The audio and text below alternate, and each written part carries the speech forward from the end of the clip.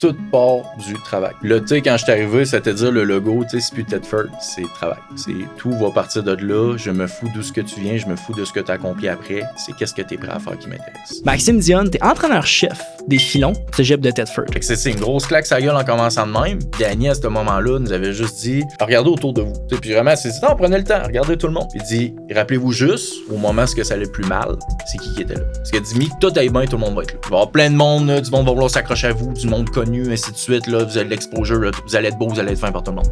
Mais là, quand c'est tough, c'est qui est là. Maintenant, faites-vous juste le mindset que vous êtes prêt à tout faire pour ces gars-là, puis cette saison-là fait juste commencer. De loin, je pense qu'il n'y a pas une femme qui a réussi à me briser le cœur comme le football le fait. Là. Je pense qu'une des jobs premières d'un coach au collégial, c'est de protéger les gars de leur syndrome d'invincibilité. Ça arrive aux autres où j'ai du temps. C'est les deux grosses erreurs qui sont tout le temps faites. Parce que ce qui fait le plus mal, quand t'as joué ton dernier snap, mais t'es même pas au courant que c'était ton dernier avis. Là. Même avec les meilleurs joueurs, ce sont les liens entre eux qui font la différence. C'est quoi la culture que tu veux développer dans l'air, Maxime? Tu viens chez nous, faut que t'aimes t'entrer. Sinon, viens pas chez nous. N'importe qui vient pas chez nous, tu vas pas être heureux. Tu vas pas t'épanouir.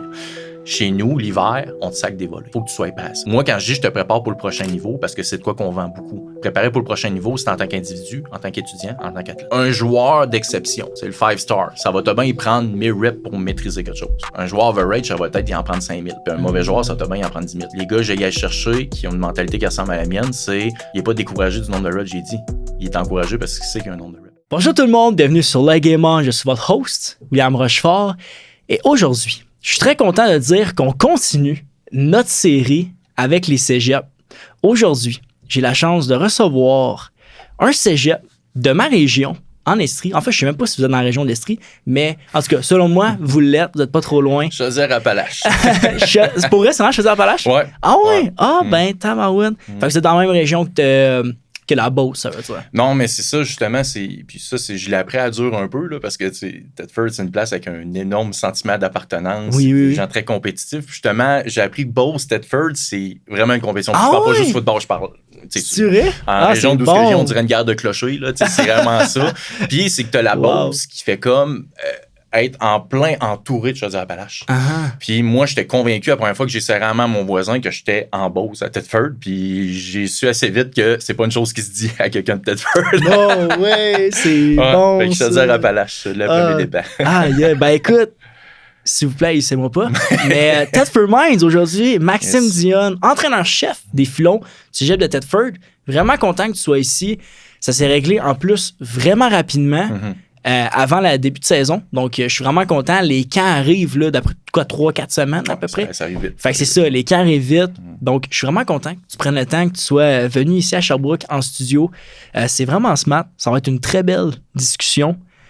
Bienvenue, Max. Merci. Merci de l'accueil. C'est très apprécié. Ça me fait extrêmement plaisir. Tu m'avais dit que tu écoutais l'émission depuis quand même un bout. Oui. Mais pour les niveaux qui vont découvrir, chaque personne qui vient sur mon podcast a droit à une introduction. Donc, Maxime, voici ton intro. Maxime Dionne, tu es entraîneur-chef des filons du cégep de Tedford.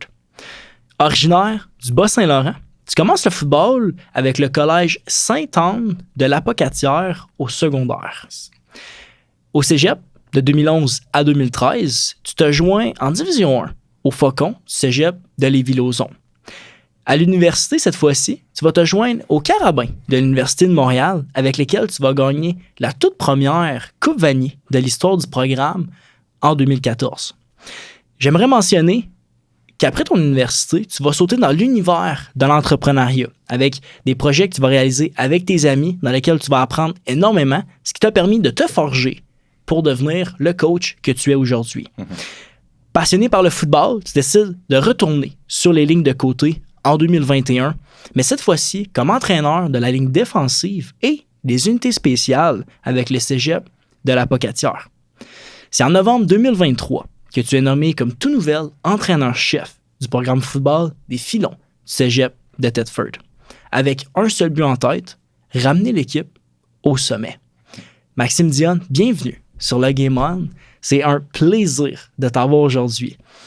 On en parlait beaucoup avant de commencer, mais moi, Tedford Mines, ça a été un de mes choix quand, mettons le top 3, quand je choisissais mon cégep, ça le fait partie de mes choix. J'ai visité les installations, j'étais allé quelques fois, dont pour les bols d'or, restez jusqu'à la fin parce qu'on va en parler, Tedford.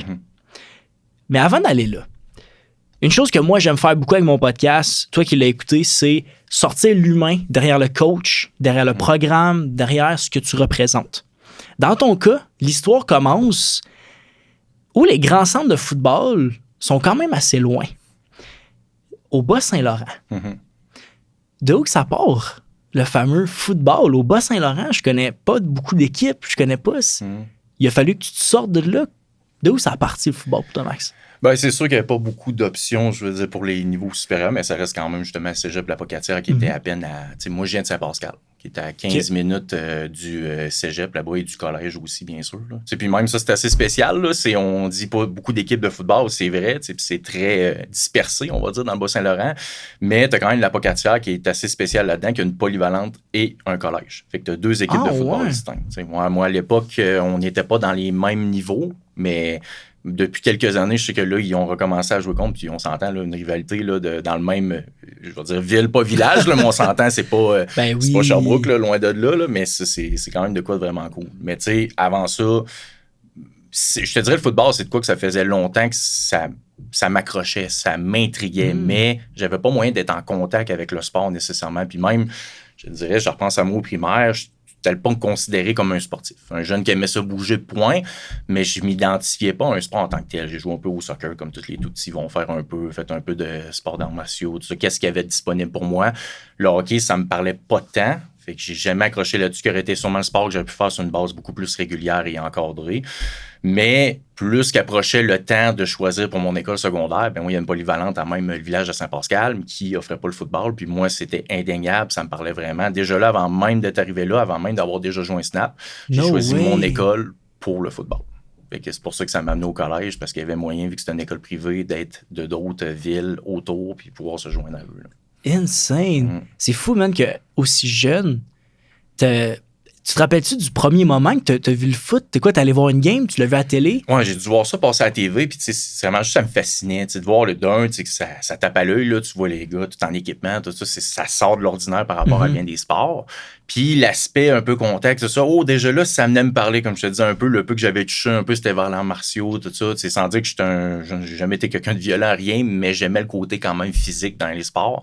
Fait que ça venait vraiment me chercher. Puis mes parents, disons, ma famille en général, c'est vraiment pas des grands sportifs. C'est loin de là. C'est pas une culture qui est mise de l'avant, rien. C'est chez nous, la famille, là, le sport national, je veux dire, c'est la chasse. Okay? C'est ça, c'est vraiment ça. Mes parents, c'est des passionnés. Là, depuis que je suis tout petit, les deux chassent, mon grand-père, mon oncle, toute la gang sont ensemble tout le temps. C'est vraiment ça, je pourrais dire, qui était plus sport. Fait que même d'avoir RDS chez nous, ça a été de longues négociations parce que c'était pas dans la mentalité de mes parents en soi. Puis c'était pas mauvais en soi, c'était juste pas une culture qui était instaurée. Là.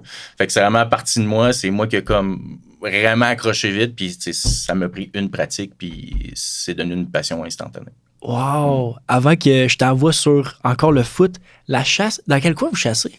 Oh ouais, si je te dis, c'est le village, là, ça s'appelle Saint-Athanas, puis la devise de la ville, là, pour pas rire d'eux autres, là, mais ça me fait tout le temps rire quand je passe la pancarte, là, mais c'est marqué le choix de la campagne. Okay, c'est une ville, là, pour te rendre, là, t'es dans le bois, dans des chemins de gravelle pendant très longtemps, puis à te dire, bon, je suis-tu perdu là où je m'en vais à la bonne place? Ouais. Fait que c'est vraiment ce qu'ils appellent les terres publiques, les terres de la couronne, tout ça. Puis mes parents, c'est ça, ont instauré là. C'est sport de la chasse dans des secteurs comme ça. C'est pas des terrains privés, c'est vraiment plus d'un point de vue, on va dire, sportif. T'arrives là, tu viens marquer ta place. Je sais pas si tu as déjà vu ça, des pancartes dans des coins plus reculés de la ville qui est marqué chasseur à l'affût. Fait que ça, en vrai, c'est comme un peu la game. C'est que tu vas avoir plusieurs groupes qui vont s'instaurer dans des secteurs. Puis la façon de pouvoir l'exploiter, c'est pas que tu l'as acheté, c'est pas que tu l'as réservé, c'est juste que tu l'exploites. C'est que tu es sur place, tu l'entretiens, tu viens t'identifier tel quel. Puis c'est comme ça que tu es capable de garder ton territoire de chasse. Ouais. Ben spécial quand même. Ouais, c'est ça. Mais genre, est-ce qu'ils font la chasse fine ou c'est en cache? Ben mes parents, eux autres, c'est vraiment surtout l'orignal, je te dirais. Là, fait que ça, c'est en cache, c'est pendant l'arbalète, c'est pendant l'arme à feu, tout ça. Ils font tout? Ouais, c'est ça. Moi, perso, justement, je te dis, j'ai pas eu l'occasion de jouer au football avant le secondaire. Ça donne que passer tes permis de port d'arme à feu et permis de chasse, c'est à 12 ans. Fait que mon père, à la seconde que j'ai eu l'âge pour, il m'envoyait passer. Malheureusement, à ce jour, ça n'a jamais servi. vie, parce que C'est le football bon. a commencé en même Ouais. temps. Fait que j'ai jamais eu la chance d'aller chasser avec mes parents depuis. Ça va être vraiment des projets à plus long terme un peu, là, mais ça a dû être une déception pour mes parents au début, là, certainement, là, parce que pour eux, ils voyaient ça comme de la relève, là, mais c'est pour des raisons, je trouve, assez légitimes, Non, 100%. considérant que je gagne ma vie avec ça maintenant. Ouais, exact, c'est ça. Ça, c'est un big win. Mais, wow, quelle histoire. Tu sais, c'est le fun d'entendre ça parce que tu sais, ça va sonner comme si je faisais tout. Mais, tu sais, moi, ma famille aussi chasse. T'sais, moi, je chasse beaucoup. En fait, je chasse pas vraiment, mais j'aime ça. Je regarde des vidéos sur YouTube, Ouais. puis tout ça. Mais mon père, c'est un gros fan, puis il chasse à l'orignal aussi. Puis Ok. il est dans le coin de la Gaspésie. OK. Oh, OK. Ouais, Fait ça, c'est des bons Fait spots, que, ouais, c'est ça. Il va là-bas avec ses chums une fois par année. Mhm. Fait que c'est quand même intéressant. Sinon, moi, mon sport que je pratique, c'est tirer du gun. Mais je sais pas si on devrait dire ça ici. Mais aller dans des places Ouais, ça reste legit. un sport comme un autre, c'est ça. C'est ça, exact. Moi, je pogne la 22, je tire dans les cibles. Je tire pas encore dans les animaux. Mais ramenons au football. Ouais. D-line. T'étais D-line. Ouais. Est-ce que ta première position, c'était D-line? Non, ça a été long avant que je n'arrive là. Ça a été à ma deuxième année au cégep. T'sais, avant ça, moi, j'ai tout le temps été linebacker. T'sais, j'étais le middle linebacker, puis c'est entre autres, je te dirais, parce que moi, je l'ai tout le temps dit comme ça, qu'à chaque fois que j'ai monté de niveau, ça a été une bonne claque d'en face de réalité que, OK, c'est un gros step à aller chercher. Ben, on s'entend le football que je joue en région comme ça, puis Dieu sait que ça s'est énormément développé depuis, mais si je reviens à l'époque un peu, moi, comme linebacker, on s'entend, c'était simple, là. C'est ta read, tu regardes où ce que ça s'en va, puis tu cours vers là, puis vu que je me trouvais quand même assez athlétique pour mon âge, que j'étais un jeune à 12 ans, moi, j'ai déjà commencé à faire de la musculation 3-4 fois semaine, fait que ça me donnait quand même un edge pour cette catégorie d'âge-là. Tu fais d'être un jeune quand même bien entraîné, mais ça paraissait. Fait que moi, longtemps, ça j'étais ça, c'était l'instinct, puis à la limite, l'instinct, on va dire, c'est de regarder le ballon s'en va où, courir après. Fait que moi, mon premier gros, le premier mur que j'ai mangé d'en face quand j'étais collégial, c'est OK, des O-line, ça monte au deuxième niveau. Ça. Moi, c'est quoi que. Tu comprends? Moi, il n'y avait pas de question de read, le triangle, et ainsi de suite. C'était aussi simple que OK, ça sent le bon, je joue à tag, puis je cours plus vite que le gars qui a le ballon, puis ça se finit comme ça. Là. Fait que ça a vraiment été à ma deuxième année où il y avait une demande vraiment à niveau des lines à Lévis, c'était dur. Mais comme dans de la guerre, c'est tout le temps les lignes, c'est là que tu n'as jamais assez de gars. Puis, tu sais, linebacker, ça allait plus ou moins bien, justement, parce que j'étais comme habitué de jouer sans nécessairement comprendre le football. Puis, le luxe un peu des lines, c'est que c'est une place qui peut te permettre d'être un petit peu plus l'athlète que le joueur de foot. Ça va compenser d'une certaine manière. Fait que c'est moins de compréhension, je vais dire plutôt d'interprétation. C'est vrai qu'il n'y a pas de compréhension, mais puis c'est beaucoup d'exécution. C'est que ça. T'sais, moi, j'ai tout le temps à mes joueurs, quand j'ai coach un backer, va dire, il est arrivé ça, j'ai fait ça, ainsi de suite, il y a un cause à effet. Un D-line, le jeu finit, puis après ça, il commence à réfléchir à ce qui vient de se passer. Parce que c'est tellement du instinctif puis du réactif à fraction de seconde près. On est dans un monde complètement ailleurs. Fait que même si j'ai dû bouder un peu mon coach à l'époque, ça faisait pas mon affaire, ben je dois avouer que c'était la meilleure chose qu'on pouvait faire pour moi, puis ça m'a permis d'aller jusqu'au niveau universitaire par la suite. Non, exact. Ça, sur la ligne, c'est vrai qu'il y a beaucoup de réactions, puis c'est après, tu penses, même il y a la verge quand tu montes d'un niveau, mais sinon, là, t'as le nez dedans, puis c'est comme. Non, c'est le premier mouvement. Ouais, c'est ça, exact. C'est qui gagne le premier step, legit. Le nombre de fois, je dis à mes joueurs de position, juste arrête d'essayer d'être trop intelligent. Arrête d'essayer de trop penser. Puis, tu sais, même, je vais engueuler un D-line qui se met à essayer de voir ce qui se passe backfield. C'est pas ta job. Tant que t'as pas passé le premier dossier sur le bureau, sur le dessus de la pile, qui est ton line, le reste, ça n'existe pas. Puis, c'est aussi simple que ça. Viens-tu vers toi, il va-tu à l'opposé, il recule-tu. Bien sûr, comme ça. Mais, il faut qu'en une fraction de seconde, tu sois déjà en train de faire ce qu'il faut. C'est ça la différence. Fait que c'est ça qui est fou. Le foot, c'est tellement de quoi de complet, puis d'une position à l'autre, des fois, c'est carrément un sport différent. On s'entend, là, c'est des billes receveurs. Tu joues à tag un peu. D'une certaine manière, tu cours, les changements de direction, tout ça. Tu t'en vas à l'intérieur. Ben, c'est un genre de sport en deux au line D-line. C'est un peu de la lutte, c'est du sumo là-dedans au travers de ça. Il y a de la réactivité quand même. Il faut quand même que tu sois intelligent, plus tu le lignes, mieux c'est. Mais t'es complètement ailleurs côté sport là, quand tu y penses. L'affaire qui est intéressante, c'est que tu t'as 12 gars sur le terrain. Puis tous les gars, même s'il y a des positions qui se ressemblent, ont chacun leur rôle. Tu sais, où est-ce que. Tu sais, mettons, j'avais un coach du Varia hockey qui est venu sur le podcast, puis il me disait, c'est énormément d'action-réaction au hockey. Puis il y a beaucoup de talent. T'sais, oui, il y a des jeux, oui, il y a des positions, mais c'est énormément d'action-réaction. Puis où est-ce que tu amènes ça sur le foot, qui est beaucoup plus un jeu d'échecs sur gazon, comme Max Lépiné me dire, mais c'est vraiment ça. Puis j'ai réalisé ça cette semaine, moi, en fait, en regardant quelque chose de foot, j'ai fait, crime, on est 12 gars sur le terrain, mais le halfback strong side fait pas la même affaire qu'un halfback weak side, mettons, dépendamment du jeu et tout ça. Puis ça m'amène... Moi, quand j'étais à Lennox, je me rappelle, quand je parlais au D-line, je voyais qu'est-ce qu'eux, il fallait qu'ils fassent. Moi, je voulais pas jouer D-line. Puis quand eux, ils voyaient ce que nous, il fallait qu'ils fassent, eux, ils voulaient pas jouer là. Non, fait que c'est ça qui est... C'est le contraste, là. C'est... Absolument. J'ai déjà, ma première année au Carabin, c'était en demi-finale canadienne. On avait, quand on colle le peel, que des jeux d'exception où ce que le DN peut se retrouver man-to-man avec un running back. Je peux te jurer, en effet, que c'est pas la job que j'aimais faire. Je me suis retrouvé, puis vraiment, c'est pas juste un bubble ou rien, mais non, c'est ramassé avec dans l'end zone. Puis je suis content, j'ai fait la job que j'avais à faire, mais j'enverrai le vidéo, puis tu peux voir que je suis zéro à l'aise avec ça. Là. Fait qu'en effet, t'envies pas la job de l'autre à côté. Là. C'est de là que c'est une game complètement différente. Là. Au cégep, tu choisis Lévis, t'en as glissé un mot tantôt. Division 1 à ce moment-là. Division 2. Division 2, OK. Ouais, j'ai connu la transition. T'as connu la transition? Parfait. OK, nice. Ben écoute, étant toi-même un coach aujourd'hui de cégep, j'ai envie de t'entendre là-dessus. Mais à quel point c'est important pour le développement d'un athlète de passer par le cégep? Écoute, c'est tellement de quoi qui a une grosse valeur pour nous autres. Puis même quand je vais recruter des gars au Nouveau-Brunswick, c'est un peu de même qu'on leur vend. Parce que les autres, ces jeunes-là, ils ont un autre système scolaire. Quand ils finissent, ils sont un petit peu plus vieux, ils peuvent aller directement à l'Uni. Puis nous autres, on y a vraiment à dire, pour vous autres, on a un genre de prep school. C'est qu'on va te donner des années de football supplémentaires à un niveau qui se rapproche plus de ton âge. Au final, c'est comme si tu mettais une fenêtre qui vient plus répondre à leurs besoins-là pour optimalement les développer. Parce qu'on sait souvent la façon de faire, je pense, dans les autres provinces, surtout, ils vont commencer, au début, tu as beaucoup plus de redshirt parce que c'est encore des kids, il faut qu'ils développent physiquement, tout ça. Fait que c'est un peu l'avantage que ça me donner parce que moi, l'aspect du développement physique, il y a un énorme atout. Là. Tu pars du secondaire au cégep, puis si déjà là, tu prenais ça au sérieux côté entraînement, puis moi, c'est de quoi que je me suis fait ce cadeau-là quand j'étais plus jeune, c'était de quoi qui me parlait beaucoup. Ben, tu te donnes déjà un edge en partant, mais rendu par l'universitaire, là, c'est plus optionnel. Faut déjà que tu sois développé en tant qu'athlète, à moins que tu sois vraiment de top dog. On va tout le temps en avoir un qu'on pense que lui, le feature. C'est ça, mais pour la grande majorité, c'est faut que tu arrives avec la maturité physique. Fait que le cégep, c'est beaucoup là que la transition va se faire. Puis en même temps, tu te prépares à jouer contre des hommes. On fait comme ça concrètement. Je pense que le pire step, sérieusement, c'est pas du cégep à l'Uni. Puis Dieu sait que je suis pas en train de dire que c'est un niveau qui est bas ou rien, mais quand tu passes secondaire au cégep, c'est... Tu as 17, des fois même 16 ans, puis tu t'en vas pogner des gars de 20, 21 ans, le clash est énorme. Ton pic de croissance, il se fait pendant ces années-là. Fait que c'est sûr que ça donne un méchant mur. Fait que, le secondaire, à quoi ça m'a servi, moi, c'est juste, je dirais, développer ma mentalité. J'étais quoi comme individu, j'étais quoi comme joueur, je en dois énormément, mais le côté football, tu l'apprends après. Là, c'est vraiment juste OK, te mettre face à l'adversité, te mettre place à la douleur, le côté, l'aspect contact, tout est là pareil.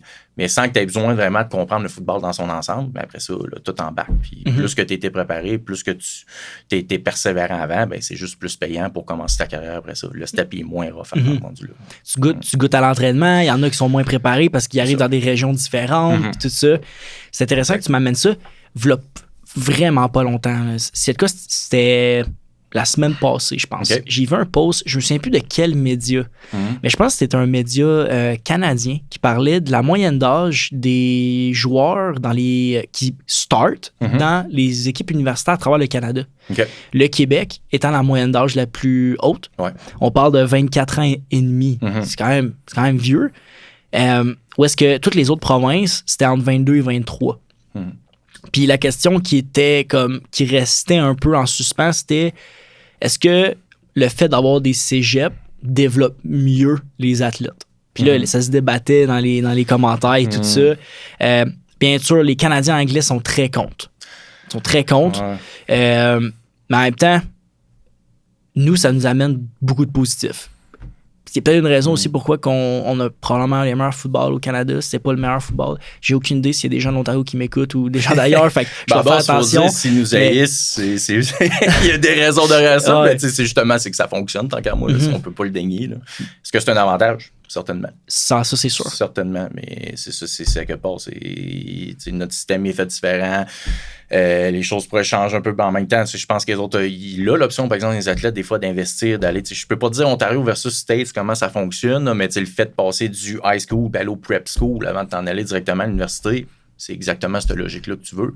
C'est que tu vas investir un peu plus. Si ça vient pas impacter ton côté d'éligibilité, parce que là, je pense que des règles sont en train de changer, là, même avec les États-Unis par rapport à ça. La game va peut-être drastiquement changer dans les prochaines années, puis la façon de recruter et approcher, mais pour l'instant, clairement, écoute, t'as juste à gagner. Là. Encore plus des gars, je pense souvent aux gars du NB qu'on va chercher. Là. On a quelques gars de Moncton. Ça reste limité, ça prend des équipes anglophones. On n'a pas le luxe comme Lennox, tout ça. Des équipes francophones, ce qui est pas ce qui a le plus à tonne au football quand tu vas au Nouveau-Brunswick.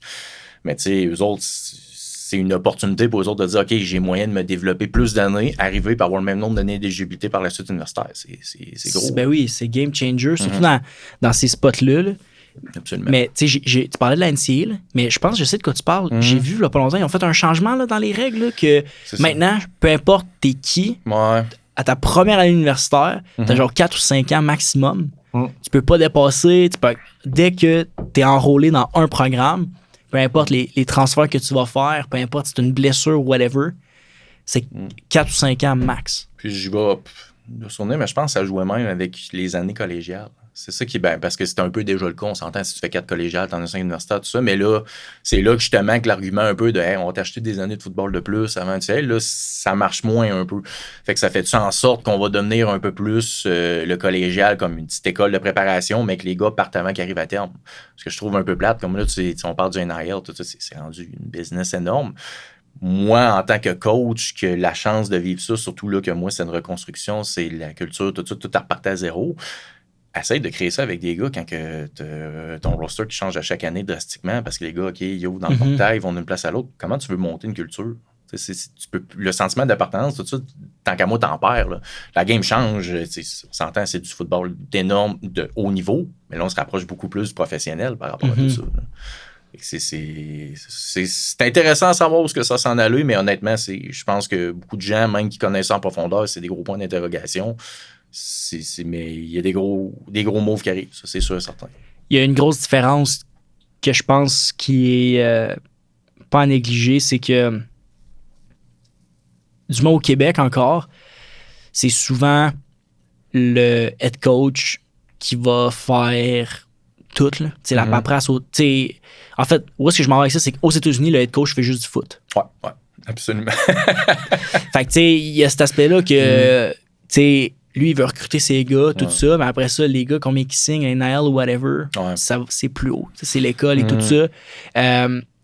J'ai regardé le documentaire sur Netflix, il en parle super bien. Il y a un documentaire sur le SEC avec LSU, Alabama, tout ça. Puis, à un moment donné, je sais plus quel épisode, là, mais le coach de LSU, là, il est plus coach à LSU, mais il y avait un appel avec son quarterback. Puis l'appel, c'était pas genre « Hey, salut, ça va, non? » C'était comme « Salut, si on t'offre ce prix-là, tu restes-tu, genre? » Ah, là, c'est fou, là. C'est une business. Ah, exact. Fait que là, c'est un autre game, mais...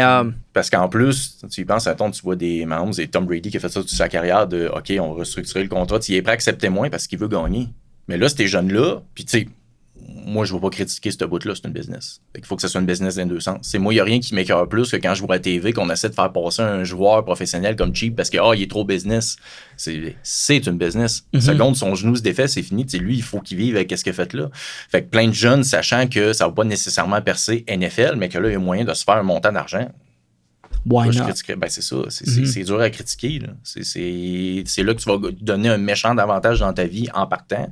T'sais, de sortir de l'école, de non seulement pas avoir de dette, mais avoir un beau montant qui est serré, et ça paraît. Là. Fait que c'est comme ça peut pas être évitable de même. Je sais pas les règles vers quoi qu'on peut aller de. C'est-tu de bon, ils peuvent juste toucher un certain pourcentage de leur montant, puis le reste, c'est comme en tutelle. En même temps, je trouve que les jeunes sont vraiment mieux éduqués qu'ils pouvaient l'être avant. Là. Tu vois, je sais pas si t'as remarqué, là, mais on en voit beaucoup là, des gars qui signent leur contrat, la NFL cette année. Puis tu vas faire de quoi avec ton premier chèque? Puis souvent, eux autres, je vais le serrer. Puis tu regardes les gars back in the days, il y a à peine 10 ans. Là, acheter une maison. Flambé, c'était. Puis après, c'était fallait que je paye de l'impôt avec ça. On est carrément un monde à part. Là. Ils ont l'air beaucoup mieux éduqués, mais n'empêche, tu mets des gros montants dans les mains de gars très jeunes qui n'ont pas encore la maturité, puis c'est parfaitement normal. C'est ça, c'est tout un monde, ça change énormément. Là. On n'est pas à la même place pantoute. J'ai eu un athlète sur le podcast qu'il s'appelle Harris. Il a joué au basket NCAA. Il a eu une grosse carrière universitaire aux États-Unis. C'est un Québécois, un gars de Sherbrooke en plus. Il est venu sur le podcast partager son histoire NCAA, puis on en a parlé de ça. Parce que lui, il a vécu le contraste. Il m'a dit que dans les universités, le contraste du football avec les autres sports, ça n'a aucun sens. Là. Il dit, c'est pas lui, il a fait des grosses écoles, là, Big 10, Big 12, je pense, tout ça. Puis il a dit, c'est pas compliqué. Là. Moi, dans les écoles où est-ce que je suis allé, c'était le foot, le basket qui étaient les plus rentables. Ouais. Le foot étant 10 fois plus rentable que le basket, mais c'était les deux sports principaux. Puis les autres sports, là, c'était presque en déficit, puis c'était le foot qui faisait vivre les autres sports puis l'université. Imagine à quel point c'est fou. Là. Puis là, ça sort cette semaine au moment où est-ce qu'on enregistre, mais Mathieu Pré me disait ça, tu sais. Juste, vu que tu n'as pas vu l'émission, tu n'es pas encore sorti, tu penses que ça coûte combien un match? Les droits de un match dans la NFL? Ah, ça doit être gigantesque. Là.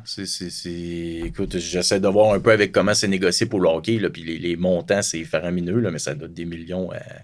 C'est sûr que c'est énorme. C'est sûr que c'est énorme.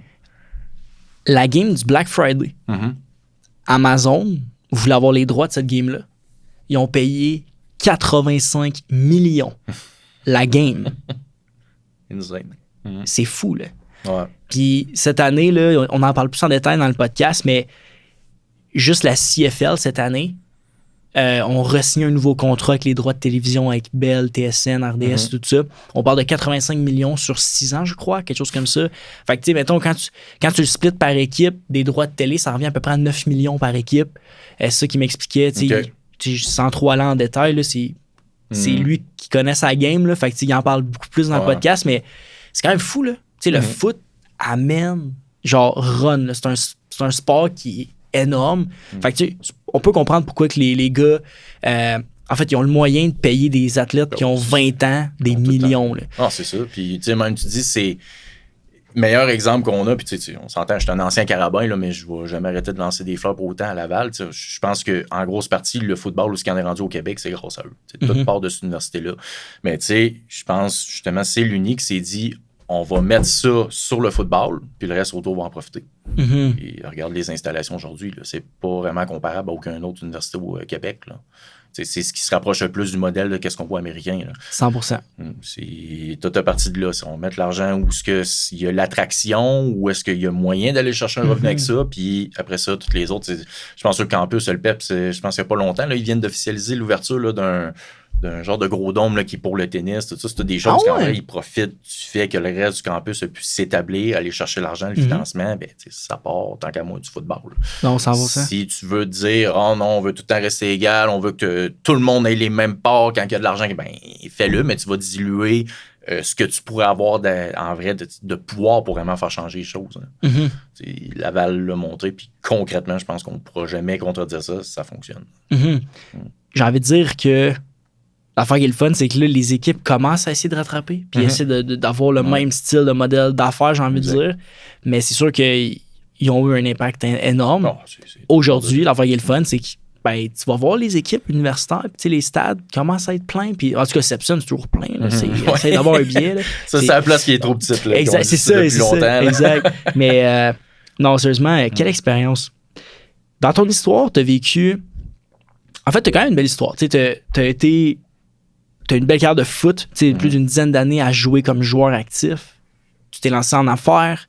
Ensuite, tu as décidé de retourner dans le coaching. Plusieurs grosses transitions. Mais ça veut dire aussi beaucoup de challenges, beaucoup de défis. Ouais. J'ai envie de t'entendre. Mais toi, comment tu vois l'adversité? C'est quoi ton mindset derrière les moments, des fois, les plus difficiles? C'est la chose qui te fait le plus apprendre. C'est la chose qui fait le plus mal, mais c'est la chose qui te définit comme qu'est-ce que t'es. Je pense que même x2, la victoire, ça veut juste confirmer qu'est-ce que tu faisais. Tu le faisais de la bonne façon. Mais la défaite, c'est ce qui va te définir. Toute l'adversité, tout ce qui est plus rough. Puis, tu sais, l'adversité, on peut en parler longtemps. Tu parles business, là. Moi, te donner une idée, tu vois un peu dans les années, tout ça, on tombe en plein dans le COVID. Tu sais, faire une histoire courte, on venait d'aller chercher un gros contrat qu'un acheteur pour la province du Québec, l'Ontario, tu sais, ça partait. C'était vraiment le moment où on s'est dit, OK, là, on peut passer au next level, côté investissement, ainsi de suite. quelques semaines après, pendant qu'on est en train de figurer les choses, on a un appel, la pandémie commence, puis vraiment le bout tout ce que personne ne sait comment s'enligner. On ne sait pas combien de temps, on ne sait pas ce que ça va donner. C'était un gros bouillard. Puis là, ça a juste été écoutez, là, on n'est pas en train de mettre une croix là-dessus, mais on met ça en autre pour un bout. Fait que là, on doit attendre, on doit jouer safe. Tout ce qui est comme nouveaux produits, c'est mis de côté pour l'instant. On fait plus de commercialisation. Fait que déjà, en partant, là, c'est du jour au lendemain, c'est comme, OK, là, tout ce qu'on avait de source de revenus, tout ce qui nous, ce qu'on visait, ben là, on vient de se le faire ôter. Puis c'est sûr que si que c'était conclu, ça marche pas plus, mais ça marche pas pour l'instant, oublie ça d'aller chercher de quoi ailleurs. Mm-hmm. Fait que, tu sais, c'était énormément tough là-dessus. Tu sais, le gouvernement n'était plus en mode développement, il était en mode survivre. Pour tout ce qui était de fournir aux entreprises, tout ça. Puis, tu as des annonces par-ci, par-là. Tu voyais, OK, on va donner tant pour les PME. Puis on s'entend, au final, c'est les grosses entreprises qui avaient le gros du moton la grande majorité du temps.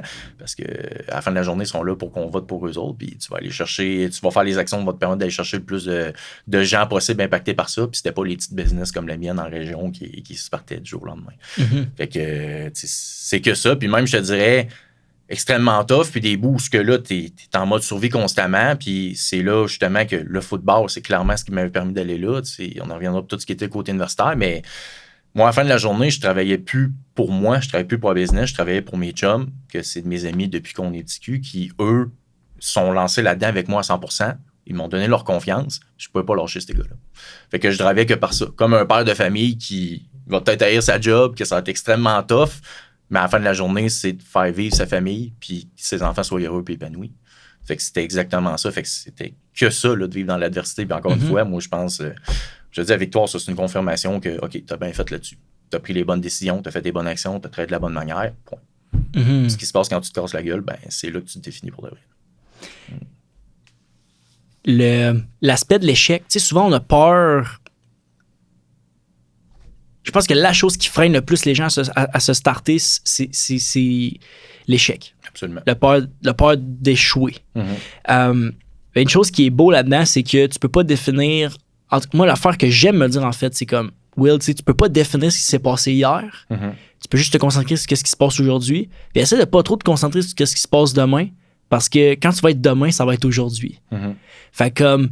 C'est un peu contradictoire parce que tu as vécu dans l'entrepreneuriat, ben, c'est en toi, ça. Fait que, ouais. Tu l'es jour 1, tu l'es toute ta vie. Mm-hmm. Puis, en tant qu'entrepreneur, tu l'as vécu, mais c'est-tu tough de penser à aujourd'hui? C'est-tu tough de. Hey, t'es tout le temps en train de projeter, tout le temps en train de penser ailleurs.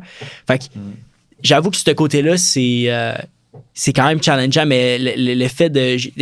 Moi, je pense que, en fait, en ce moment, puis en fait, depuis que j'ai lancé le podcast, tout ça, j'essaie de me forcer à aller voir l'échec. À aller voir, genre. Surtout que moi, mon âge, à 23, ça n'aura pas grand impact sur ma vie. Mm-hmm. Tu sais, probablement que ça va juste être meilleur pour mon futur, tu sais. Mais j'essaie... la bonne track, c'est exactement ce que je me disais à l'époque. J'ai pas d'hypothèque, rien, c'est le temps. C'est là pour que je me casse la gueule. Exact. Fait que, tu sais, moi, j'essaie vraiment de pousser là-dessus, tu sais, essayer d'avoir l'échec, essayer de vivre, de me mettre dans des situations où est-ce que je me sens un peu inconfortable pour vivre l'adversité. Puis, tu sais... me faire dire non, puis tu sais, je suis encore là, puis je suis good, là, tu sais, oui, c'est tough, mentalement, c'est tough, là, mais il y a toujours moyen d'aller plus loin, puis de grandir de ça, puis tu sais, souvent, on a tendance à retenir le positif, parce que oui, il y a le négatif, tout ça, mais le négatif, souvent, c'est à court terme. Parce que, mettons, si tu avances aujourd'hui à plusieurs années, ben, je suis sûr que dans tes expériences, tu retiens beaucoup plus le positif que le négatif. Il a fait partie de ta vie, mais je parlais de ça justement cette semaine avec un de mes chums. Je disais, il y a une raison pour que les gens retournent tout le temps voir leurs ex. Puis moi, je dis ça à mes boys, là, en tout cas. Ben, ça, c'est mon opinion. Ils ont le droit de ne pas être d'accord, puis tout le monde a le droit de pas être d'accord avec ça, mais c'est parce que souvent, les gens vont se rappeler du plus beau qu'ils ont vécu avec leurs ex, mais le petit truc qu'ils ont fait que finalement fitait plus, ben ils l'ont oublié parce que sur le court terme, ça fitait plus, mais sur le long terme, ben là, tout d'un coup, ils ont oublié puis ils se reprennent juste de... Fait que, tu sais, il y avait un de mes chums qui est un peu dans cette situation-là. Fait que j'essaie de faire comprendre ça que comme, tu sais, là, tu grandis, t'évolues, t'es jeune, genre, va voir autre chose, tu sais, laisse-toi pas définir par cette situation-là. Fait que c'est là que je m'en allais, en fait. Mais tu sais, on en revient au foot avec ça, on s'est tous fait sacrer des volets dans des trainings. Il y a toutes des bouts que ça ne tentait plus pantoute, puis les bouts et plus tough, on les oublie. Qu'est-ce qu'on se rappelle? C'est les amitiés qu'on a faites, c'est le succès qu'on a eu, peu importe. Tu parlerais avec des gars qui ont eu une victoire en 2-3 ans dans leur collégial. Ça reste qu'ils ont trippé, ça reste qu'ils ont du fun, ils ont été avec une famille, et ainsi de suite. Puis, tu sais, je pense à ce que tu disais par rapport à ta réaction avec ça. Tu sais, ça, je te dirais, c'est de quoi que moi, j'ai eu beaucoup à vieillir là-dessus, beaucoup à cheminer. Je suis quelqu'un d'extrêmement émotif. Dans le sens, c'est comme, je vais pas réagir à moitié souvent. Je suis quelqu'un de passionné, mais la passion amène l'émotion. Tant qu'à moi, ça vient ensemble. Puis à un moment donné, c'était je peux dire un mentor, quasiment quelqu'un que j'aimais ça parler business avec, tout ça. Puis à un moment donné, justement, j'étais fâché sur quoi. Puis tu sais, parce que des choses, des fois, que c'est encore plus enrageant quand tu te dis, c'est pas fair. C'est pas fair. C'est pourquoi ça nous arrive. Pourquoi, puis tu sais, à la fin de la journée, la vie, c'est pas fair anyway. Mais tu sais, il avait dit, il m'a juste écouté pendant un bout. Puis là, justement, moi, je suis capable d'en être longtemps quand je suis vraiment frustré. Puis là, il dit, tu sais, tu te rends compte de tout ce que tu viens de me dire là, ça n'a absolument rien changé. Par rapport à dépenser de l'énergie là-dessus, ça t'a pas aidé pour le reste. Fait que, tu sais, puis l'entrepreneuriat, au final, c'est ça. Le coaching, c'est ça. C'est dès qu'il arrive de quoi, puis au moins, ça, je dirais, c'est un réflexe, ça a été dur. Ça a été de l'usure avant de l'apprendre. Mais à la seconde qu'il se passe de quoi, je suis déjà en mode, OK, qu'est-ce qui pourrait être une solution? Comment je m'en reviens? Puis ça part beaucoup justement de ce monde-là parce que c'est que ça de pogner tout le temps des embûches quand tu te pars en affaires. Il y a tout le temps une chose qui amène à une autre qui vont jamais aller dans le sens que tu veux. Puis c'est OK, comment tu vas t'adapter à ça? Ouais. Fait que on est en plein dedans là, quand on parle de ta réaction par rapport à ça ça va, oui, non seulement de comment tu t'es sorti du trouble, mais à quel point tu as dépensé de l'énergie là-dessus. Tu t'es-tu victimisé? C'est ça, je pense, c'est le pire. Je pense que la pire chose que tu peux faire à un jeune, puis il y a des exceptions bien sûr, mais c'est de dire c'est pas de ta faute. Tu comprends un peu, là, mais je comprends, t'as de la misère à l'école, c'est pas de ta faute. Non, mais puis même si c'est le cas, même s'il y a besoin de soutien supplémentaire, qu'il y a besoin de ressources, ainsi de suite, d'y dire c'est pas toi, c'est la société. Tu comprends? C'est la pire affaire que tu peux faire à un jeune. Tu le victimises. C'est comme dire, OK, je peux me libérer de ça d'une certaine manière plutôt que le confronter parce que c'est pas de ma faute. C'est pas à cause de moi. Les croyances limitantes. Exactement. Souvent, on parle de ça. Quelqu'un qui s'est fait dire toute sa vie qu'il était pas bon en maths, sera pas bon en maths. Pas de ta faute, t'es pas fait pour ça. C'est pas ta matière. Ah, mais tu sais, moi, j'ai jamais été bon en maths. Non, ça n'a pas rapport, là. Ça n'a aucun rapport, là. Puis, moi, j'ai découvert ça quand je rentrais à l'université, là. Moi, j'étais allé au cégep, j'ai rien fait. J'ai toujours été bon à l'école, tu sais. Fait que tu pouvais pas me prendre un exemple là-dessus, OK? Je le dis, genre, vous pouvez pas me prendre un exemple là-dessus, mais il n'y a jamais personne qui a eu jamais rien. En fait, si vous voulez le faire, organisez-vous pour passer vos cours, puis que personne n'a jamais rien à dire sur vous, OK? Mais moi, j'étais au cégep, j'ai rien fait, OK? Vraiment rien, là. Puis ça me frappait à l'université. Ça m'a vraiment frappé, là. Puis toute ma vie, j'étais comme, tu sais, les maths, c'était correct, là, mais tu sais, pas all that, tu sais. Puis j'étais arrivé à l'université, puis j'étais une bombe en maths. Genre, j'étais comme, finalement, je suis bon en maths. Genre, pourquoi que je me disais tout le temps ça? Ben, tu prenais ça au sérieux, tu mettais l'effort. C'est ça, tu sais, probablement que c'est ça. Mais tu sais, juste pour closer la loupe là-dessus, là, tout ce qu'on dit en ce moment, l'affaire qui est le fun, c'est que c'est toutes des choses qui sont applicables au sport. Des choses que tu apprends dans le sport. Moi, la seule raison, la majorité des choses que je parle de ce que j'ai appris, c'est des choses que j'ai associées au sport. C'est des rencontres que j'ai faites avec les gens qui sont venus sur mon podcast, ou les livres sportifs, les livres de coach que j'ai lus, les livres de... les vidéos, man, les podcasts que j'ai écoutés de des coachs qui partagent leurs expériences ou whatever. Genre, c'est ultra inspirant. Des athlètes, genre Tom Brady ou whatever, comme c'est exactement ça. Puis pourquoi tu penses qu'aujourd'hui, la majorité de ces gars-là, OK, oui, ils ont fait des millions ou, tu sais, oui, sais-tu quoi? Je vais redescendre à un niveau plus bas. On remonte à des gars qui ont joué universitaire, ils ont coaché comme toi, whatever. Il y a une des raisons pourquoi que la majorité de ces gars-là, ben, ils se vivent en entrepreneuriat après, c'est parce qu'ils ont vécu des expériences qui les poussent à aller vers là. Ils veulent se dépasser. Puis, tu sais, il y a un coach qui m'a déjà sorti ça. Je sais plus c'est quel le coach qui m'avait parlé de ça. Mais il m'a dit, tu sais, il y a peut-être une des raisons pourquoi, Will, que tu décides de te lancer dans ton podcast puis ton projet, c'est probablement parce que le temps que tu mettais dans le foot, ben maintenant, tu veux le mettre ailleurs. Fait que au lieu d'être chez toi à gamer, ben tu veux t'occuper. Tu es habitué d'en mettre beaucoup de temps, beaucoup d'énergie. Puis là, j'étais comme, peut-être qu'inconsciemment, c'est ça aussi. Fait que, non, je trouvais ça intéressant. Merci, Max, d'avoir partagé là-dessus, sur l'adversité. Tu as été un joueur de ligne défensive.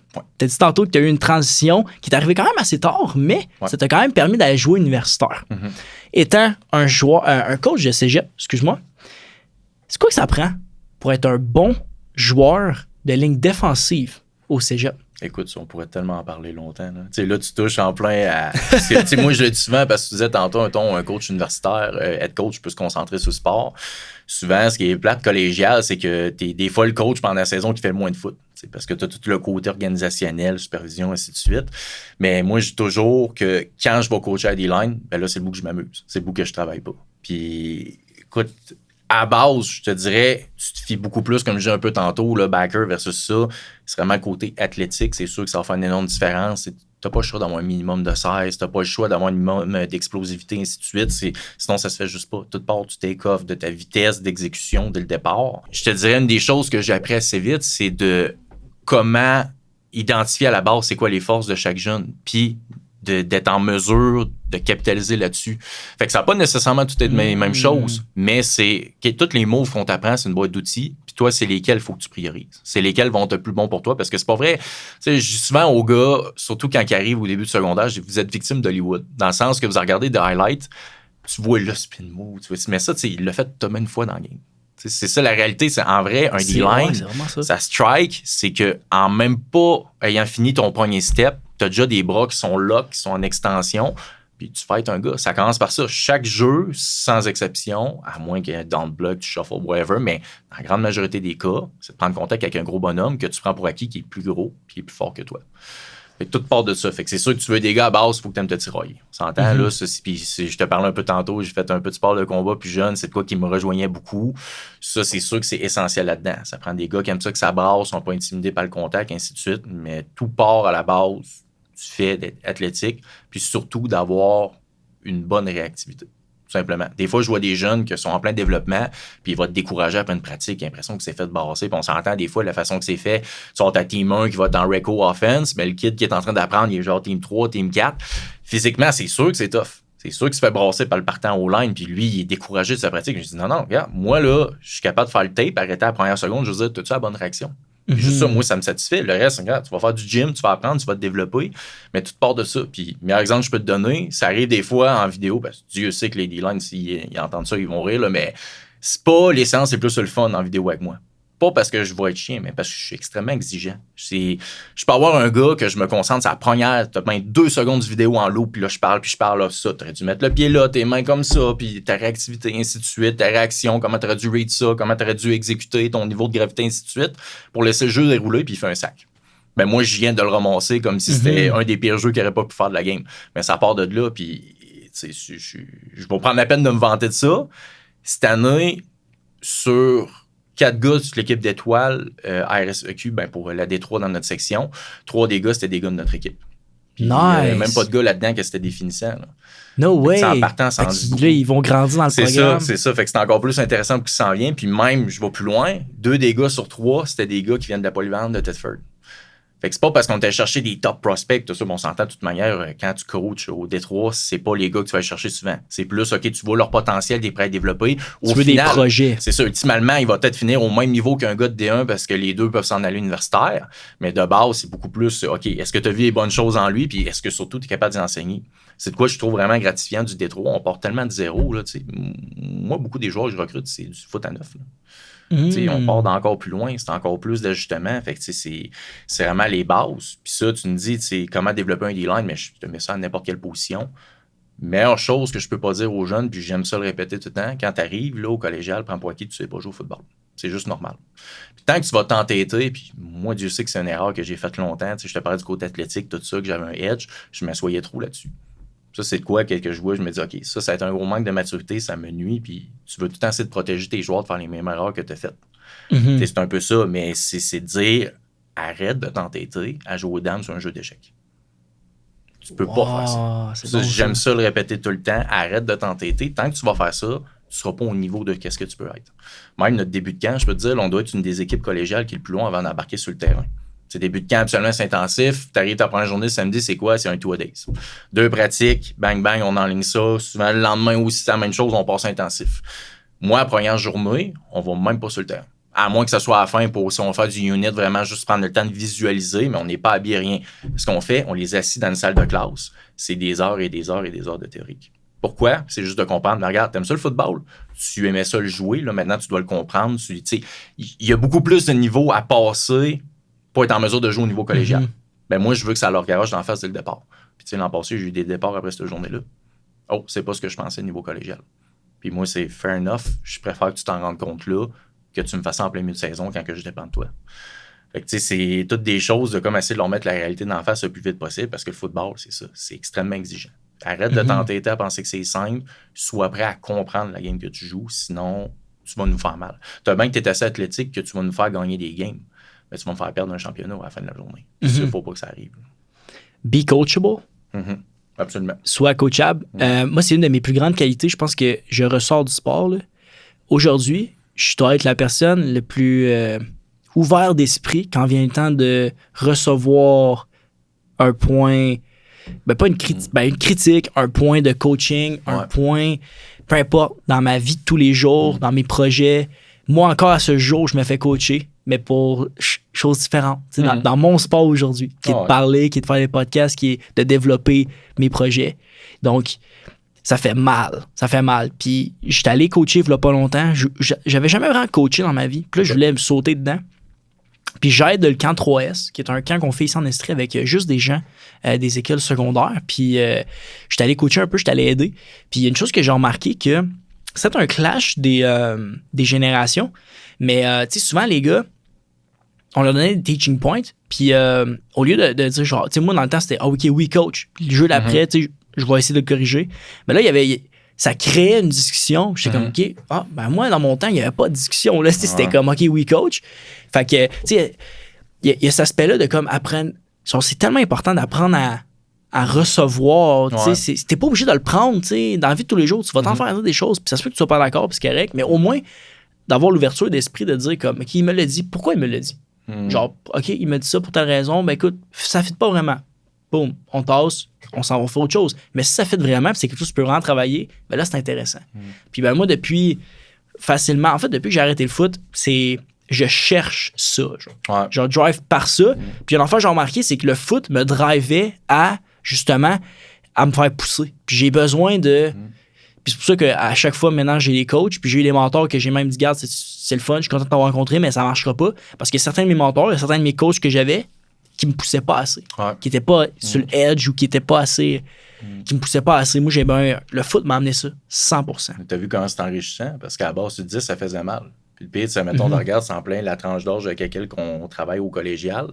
Je pense que c'est les jeunes qui sortent du secondaire, parce que souvent, s'ils s'en viennent collégial, c'est qu'ils étaient dans les top dogs ou ce qu'ils étaient, l'exemple en question. Exact. Là, tu t'en reprendre. Je le vois souvent, les jeunes, puis surtout, moi, je te disais, des lines, c'est tough. Dans les meetings vidéo avec moi, ben souvent, je vois mes recrues au début. Là, des fois, je vois les paires de yeux, je suis comme, OK, t'es pas prêt encore, tu comprends pas ce qui s'en vient, mais c'est normal. Maintenant, il prend goût, on comprend à quel point il s'enrichissant, puis ça le prend. Exact. Ça le prend, mais il faut aller chercher en maturité avec avant de le comprendre. Ça, c'est sûr. Exact.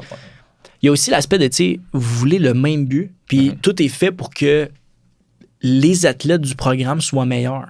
Fait que, tu sais, après ça, c'est sûr que ça, sur le coup, ça fait peut-être mal, tu sais, puis tu te sens bizarre, surtout si tu n'as jamais eu de commentaires sur ton first step, puis là, tout d'un coup, t'en as, mettons. Mais moi, je pense que la qualité des meilleurs athlètes, c'est ça. C'est les coachs, c'est les athlètes qui sont prêts à prendre des critiques, qui sont prêts à se faire coacher. Je pense que si tu veux vraiment te démarquer aujourd'hui, je pense que c'est ça. Puis surtout qu'ils veulent, au moins qu'ils essayent, tout simplement. Parce que souvent, c'est ça. Le foot, c'est extrêmement instinctif. Dans le sens que tu fais beaucoup de choses sans vraiment réfléchir. Fait que c'est encore plus dur de casser des mauvaises habitudes dans ce temps-là. Tu sais, moi, un jeune qui va le faire, mais ça va être tout croche, mais OK, essayez. Lui, je le veux. Il est coachable. Ça, c'est de quoi qui va beaucoup plus me faire avancer. Mais souvent, eux autres, c'est comme la crainte de tellement pas de faire pas la bonne chose qu'ils vont recréer exactement la même erreur. Ça, c'est tough au début encore. Là, c'est là qu'on parle de chercher une maturité et tout, mais c'est ça qui développe au final. Puis plus tu montes de niveau, c'est juste que t'as pas le choix. C'est universitaire, il dit en meeting, fais pas ça, fais ton step de même. Refais-le pour le fun, sur le vidéo du soir d'après. Oh, ouais. Ça risque d'être très agréable dans la salle de meeting. Ouais, c'est ça. Tu vas être on the spot puis pas pour les bonnes raisons. Je suis curieux, en finissant un peu sur la ligne défensive, tu as changé de position, ça t'a fait mal un peu à l'ego, on va le dire de même. Mais c'est quoi que cette position-là t'a permis d'apprendre sur toi en tant qu'athlète? Ben, je te dirais beaucoup à base, c'est que là, je commençais vraiment à travailler que je savais qu'il y a des gars qui dépendaient de moi directement. Il y a beaucoup ça, des lignes qui se font reculer, que pour aspect physique ou autre, que ça arrive direct dans la gueule des backers. Il peut même pas faire la base de sa job à cause de ça. Fait que tu as vraiment des gars qui dépendent de toi pas mal plus. Ça reste le même principe, peu importe sa position, mais là, je le reconnaissais beaucoup plus à ce niveau-là. Fait que je te dirais ça, le fait, la ténacité, c'est côté, c'est sûr que tu vas jouer avec la douleur. Ces lignes, c'est indéniable, tu vas te faire mal. C'est d'aller chercher un petit peu cet aspect-là, d'être capable de. C'est niaiseux à dire, je veux dire, faire abstraction de son propre corps. Mais au final, je reviens à l'entrepreneuriat parce que ça aide dans d'autres aspects de ta vie. Je suis en plein là-dessus quand je te dis, je suis en mode survie. Que je sois fatigué, que je sois écœuré, que j'en peux plus, ben, fais abstraction de tout ça. Il y a des gens qui dépendent de toi. Tu travailles de cette manière-là, point. C'est plus ta propre personne qui est plus important. Fait que le fait de jouer ces lignes de même, on dirait que ça m'a permis de le comprendre, ça. C'est sûr aussi, c'est pas nécessairement eux autres qui sont plus on the spot. Là. Encore là, tu as une grosse différence entre un DT et un DN. Là. C'est à la fin de la journée, le gros bonhomme qui mange des double teams toute la game, il a pas de stats, mais il a fait sa job sur un moyen temps. Ouais, c'est ça. Il finit avec des bleus partout, man, puis il est tapé, puis tout. À l'université, tu as choisi l'Université de Montréal, les Carabins. Je suis curieux de savoir, qu'est-ce qui t'a fait pencher pour les Bleus à ce moment-là? Tu sais, moi, mon parcours là, de collégien universitaire, c'est assez atypique. Dans le sens, il y a 2 équipes qui m'ont concrètement approché pour le recrutement. Laval-Montréal. Ah, ouais? Ça doit être un concours de circonstances. Ça. Je pense pas que ça, mettons, dire un autre voulait pas ou whatever. Je me rappelais, Laval m'avait parlé en premier, parce qu'à Lévis, c'était notre 2e année en D1. C'était pas grosse game, c'est tough, mais au moins, on peut pas dire le contraire. La def, on a de l'exposure parce qu'on passait beaucoup de temps sur le terrain. En plus, c'est aussi le fait, c'est parce qu'on avait un high tempo à l'offensive là, avec Sam Jandreau, qui je pense que tu avais déjà reçu ici. Ça se peut-tu? Non, mais en tout cas, c'est un gars que je t'invite à parler. Ouais? Tu parles d'un geek de foot, là, Sam, il est dur à battre là-dessus. Quand je vais monter le pod, je vais le noter. Mais tout ça pour dire, on a passé en masse du temps, on était en masse en exposure. Souvent, ça faisait augmenter les stats. Puis il y a une semaine, j'avais été nommé joueur de la semaine en RSEQ défensif. Nice. Fait que là, Laval, ça a levé un flag. Fait que là, ils sont venus m'écrire, m'inviter pour venir voir une game, ainsi de suite. Ça avait donné cette semaine-là, j'avais un engagement familial. Je pense que c'était le baptême de mon fils. Fait que j'avais pas le choix d'y aller. Puis après ça, pas vraiment une nouvelle. Montréal, la saison était déjà finie. Puis c'est, autant que j'étais un passionné que pour moi, il n'y avait que le football. Tu arrivais, mettons, au secondaire, là, je ne parlais que de ça, je m'identifiais à ça. C'est, quand je t'ai dit que ça a été une passion de la première pratique, ça avait jamais décroché. Bon, je dirais que j'étais quand même en paix avec l'idée de, je pense que ça se fera pas, du fait que j'ai pas vraiment eu d'intérêt. Je commençais à me faire une idée de... J'étais un peu en questionnement, je vais chiller faire une 4e année, mais qu'on s'entend là, que ça arrêtait d'étudier en football parce que j'avais fini mon deck à ce moment-là, où je commence à regarder aussi l'opportunité tout simplement d'aller étudier en admin. Pour moi, c'était déjà clair que je m'en allais en admin puis éventuellement en entrepreneuriat. Pour finalement me faire appeler, c'était à la base Alex Cromer-Raymond, un de mes bons amis que j'ai joué avec à Lévis puis qui était rendu à Montréal, qui était un an plus vieux que moi. Je salue d'ailleurs.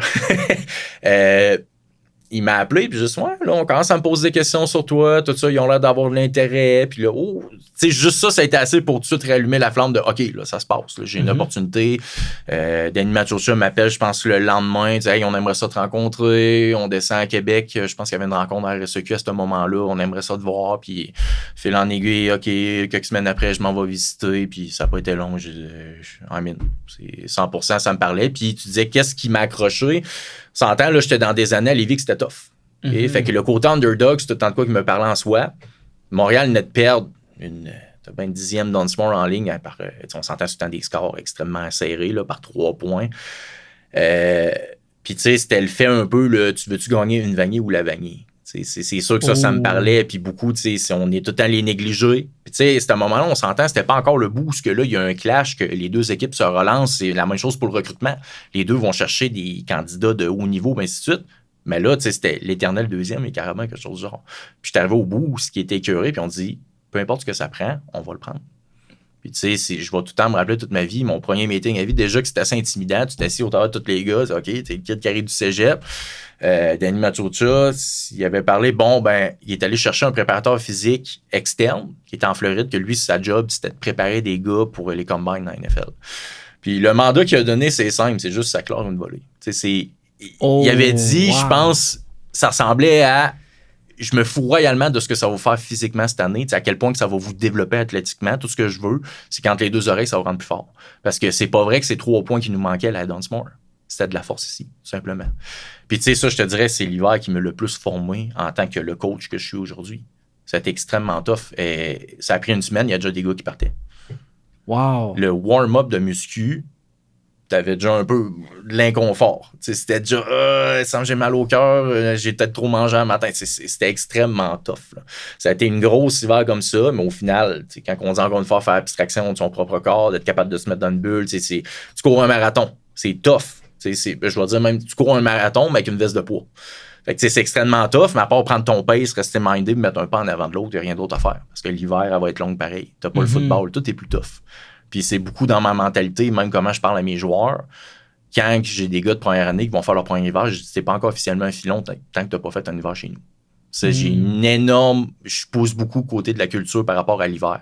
Tout le monde va dire c'est là que ça se gagne un championnat. Mais moi, c'est de le faire fois 1000. Tout se passe là. C'est que ça. Puis même, je sais pas si tu as déjà entendu parler, tu as une règle avec le côté éligibilité scolaire. Un gars pourrait décider d'être sabbatique pendant l'hiver. Ça compte pas comme si tu avais coulé tes cours, dans le sens, puis là, je m'excuse si ça change entre-temps, là, mais moi, de ce que j'en sais de ces règles-là, mettons, à l'automne, je suis là, il faut que je passe un minimum de 4 cours, parce que, au final, c'est 4 plus 4. Puis à l'hiver, je pourrais dire, je m'en vais chiller, je retourne par chez nous, problème familial, problème personnel, ainsi de suite. J'en reviens à l'automne, je suis éligible, parce que j'ai pas coulé mes cours à l'hiver, j'étais juste pas là. C'est quoi qui était une pratique que plusieurs ont essayé de me passer quand j'ai été engagé à Thetford. Puis moi, ça a tout teinté, si t'es pas là à l'hiver, tu seras qui tu veux, un 5-star, je te veux pas à l'automne. Tu veux faire partie de cette édition-là, tu es avec nous autres, tu viens grind à l'hiver. C'est là qu'on va chercher notre identité. C'est là qu'on va savoir on est quelle version de cette équipe de football-là cette année. Il faut que tu t'identifies à ça, il faut que tu aies travaillé avec tout le monde pour le faire. Fait que l'hiver, je te dis, moi, c'est ma religion. Tout se passe là. C'est fou pareil, ça. J'avais aucune idée.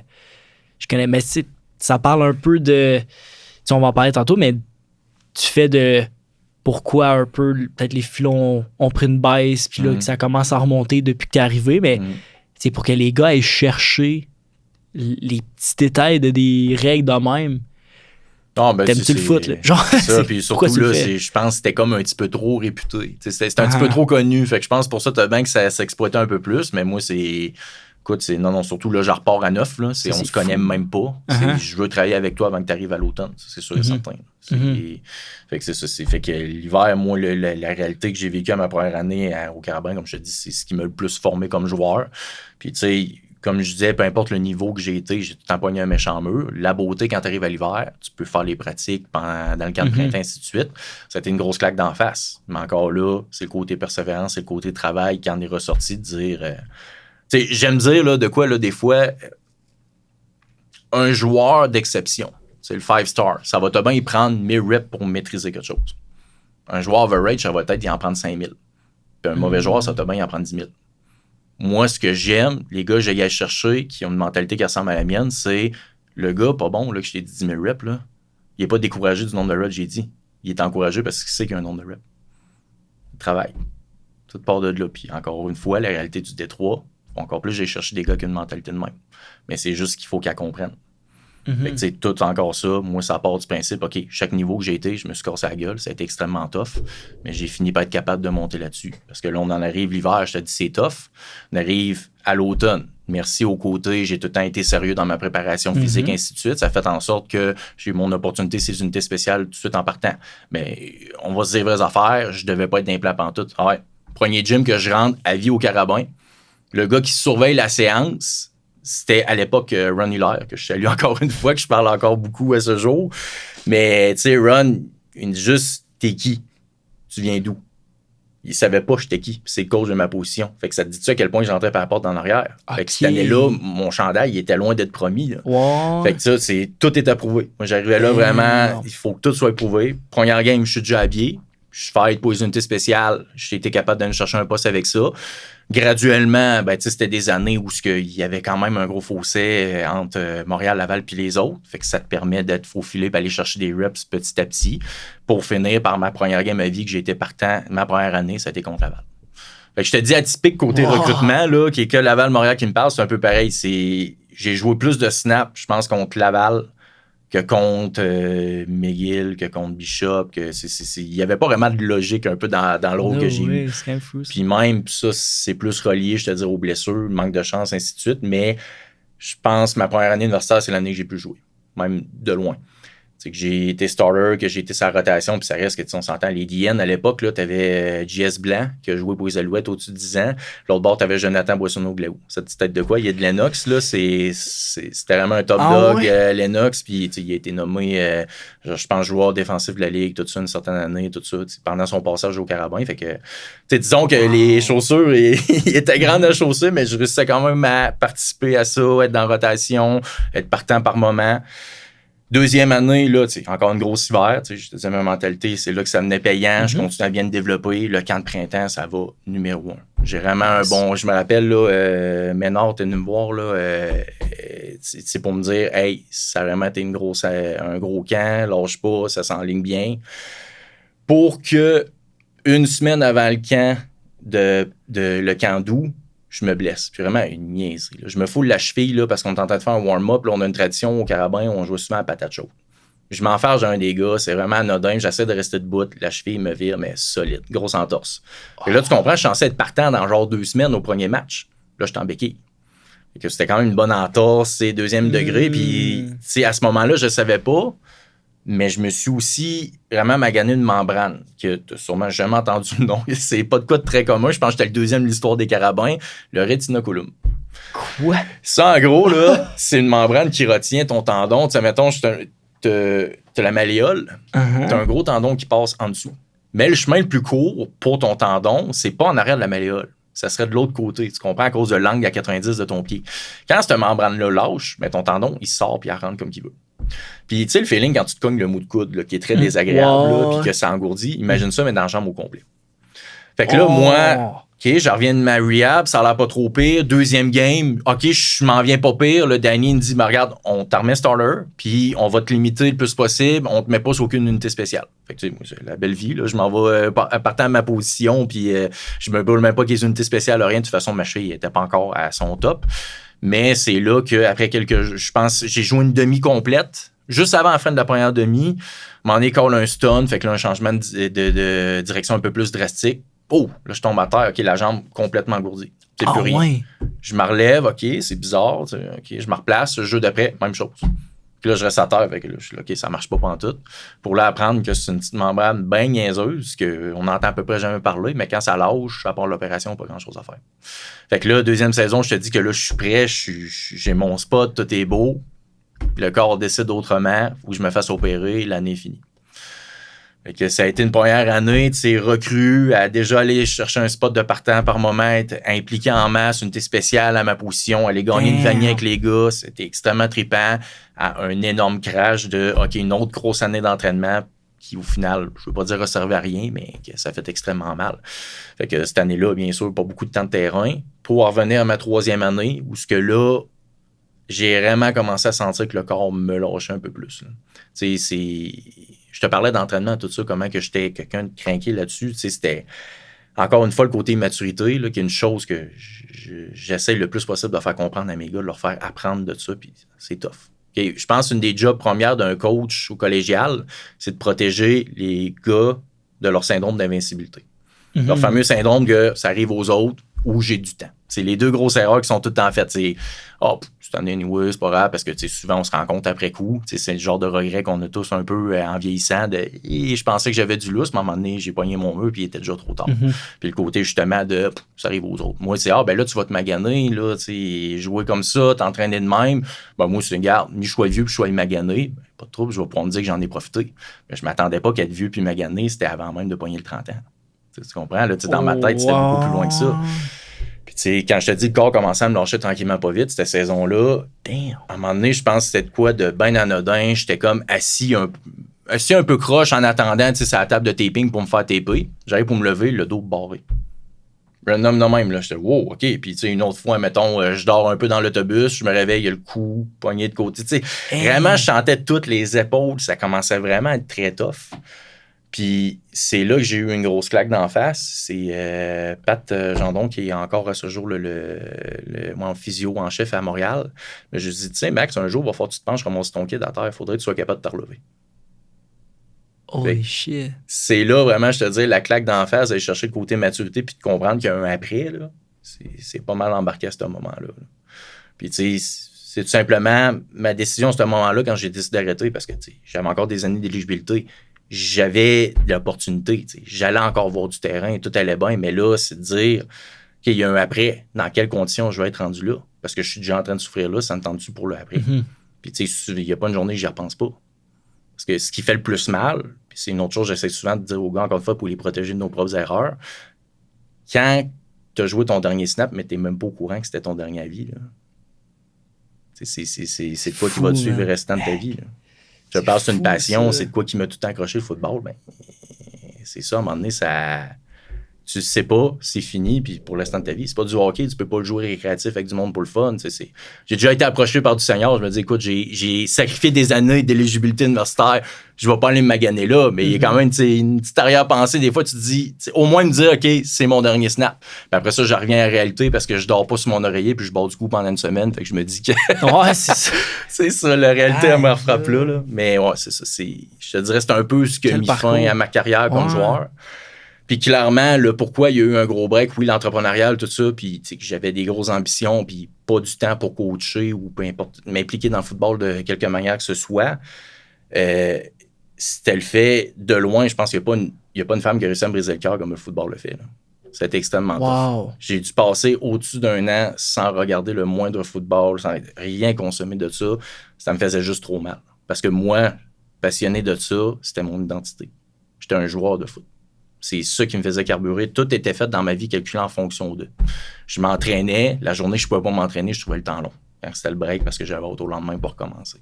Tout était en fonction de ce sport-là. Fait que quand du jour au lendemain, tu sautes toute ta propre identité, ça fait mal puis ça peut faire mal longtemps. Damn, c'est fou ça. C'est vraiment bon. Je suis content que tu partages ça là parce que pour vrai, c'est probablement. Je pense qu'il y a plus de gens qui peuvent faire des liens avec ce que tu viens de dire. C'est vraiment. C'est un mélange. C'est inspirant, mais en même temps, c'est fou, man, de voir à quel point l'histoire derrière ça, man. Ultra impressionnant. Tu as parlé de ton coach qui avait amené un entraîneur ultra très tough. Ouais. V'là pas longtemps, j'ai lu dans un livre, en fait, il racontait l'histoire de Sidney Crosby dans ses premières années avec Pittsburgh. Puis Sidney Crosby s'est fait rencontrer par le coach en chef à ce moment-là. Puis il a dit, il a posé la question à Sidney Crosby, il a dit, est-ce que tu as envie de devenir le meilleur joueur de hockey au monde? Puis Sidney Crosby a répondu, oui, tu sais, je veux vraiment devenir le meilleur joueur de hockey au monde. T'sais. Puis à ce moment-là, c'était encore dans, Mario Lemieux jouait encore, je pense, à ce moment-là. Puis il était tellement impressionné par Mario Lemieux qu'il n'osait pas prendre le step. Fait que c'est le coach qui a dit, check, t'as le talent, puis tu peux atteindre ce que lui a fait, même plus. Puis il a dit, on est prêt à te donner le C. Puis il a pas voulu. Puis ce qui est arrivé, c'est que Mario Lemieux, l'année d'après, je crois, a pris sa retraite. Puis durant l'hiver, Sidney Crosby, il a amené l'équipe à faire un training avec des Navy SEAL aux États-Unis. Parce que lui, ce qu'il voulait, c'est que ce soit tough. Il voulait amener les gars à vivre l'adversité, que ce soit tough, puis tout ça. Puis ce qu'il disait là, à la fin de l'histoire, c'est que ça a fait deux choses. Ça les a vraiment rapprochés. Mais de deux, c'est qu'après ça, durant la saison, il se ramenait tout le temps au training qu'il faisait avec les Navy SEAL. Puis l'année d'après, ils ont gagné la Coupe Stanley. Puis ça a été la première année que Sidney Crosby a porté le C. Ça m'a fait penser à ça parce que vous avez gagné la Coupe Vanier par la suite. Donc, Gabriel Cousineau est venu sur le podcast parler du côté offensif de cette fameuse Coupe Vanier. Mais je suis curieux, j'aimerais t'entendre avec la version défensive de cette Coupe Vanier. Tu me parles un peu de la saison, c'était comment, brièvement, mais allons-y, parlons-en. 2014, comment ça s'est passé cette saison-là? Toutes tes histoires marquantes. C'est sûr que on connaît le fameux botté bloqué, mais pour les gens qui vont découvrir aujourd'hui, c'était comment cette saison-là avec cette fameuse victoire de 2014? Ben écoute, à la base, t'as tellement un scénario de film là-dedans. Là, c'était malade de penser première game à vie. Moi, c'était au Peps, à Laval. On s'est fait. Je me rappelle pas du score, là, mais c'était une volée. Là. C'était pas beau. Là. C'est vraiment. Ça commençait vraiment pas bien. Puis tu sais, si tu regardes ça avec du recul, ça a été notre seule défaite parce que par la suite, ça a été que des victoires jusqu'à Vanier. Mais tu sais, remets-toi à ce moment-là où ça fait longtemps qu'on parle, il manque d'équité dans cette ligue-là, puis Laval sont tout le monde. Puis Dieu sait que c'était le cas, justement. Là, ils dominaient depuis très longtemps. Puis là, cette semaine-là, on voit même passer des articles dans les journaux qui parlent du genre de. Parce que, on s'entend, c'est sensationnaliste. Là, sûrement que c'est pas les coachs qui ont commencé à dire qu'ils veulent ça, mais la question a été posée, qu'ils en ont fait un gros titre de. La NCAA, mettons, parce qu'il y avait une équipe à un certain moment, et toi, je pense, c'était en Ontario, qui était NCAA, mais qui était au Canada. Ouais. Fait que, OK, c'est une avenue, parce que là, clairement, là, c'est de dire, OK, ils viennent de laver les carabins, fait que là, c'est fini, on peut plus t'en faire dans cette ligue-là. T'as-tu pensé comment nous, c'était insultant, comment c'était de quoi qui motivait, là, au final? Là? Fait que c'est une grosse claque sa gueule en commençant de même. Puis ça, encore une fois, c'était de quoi qui m'avait vraiment marqué. Danny, à ce moment-là, nous avait juste dit, regardez autour de vous. Puis vraiment, c'est dit, non, prenez le temps, regardez tout le monde. Puis il dit, rappelez-vous juste, au moment où ça allait plus mal, c'est qui était là.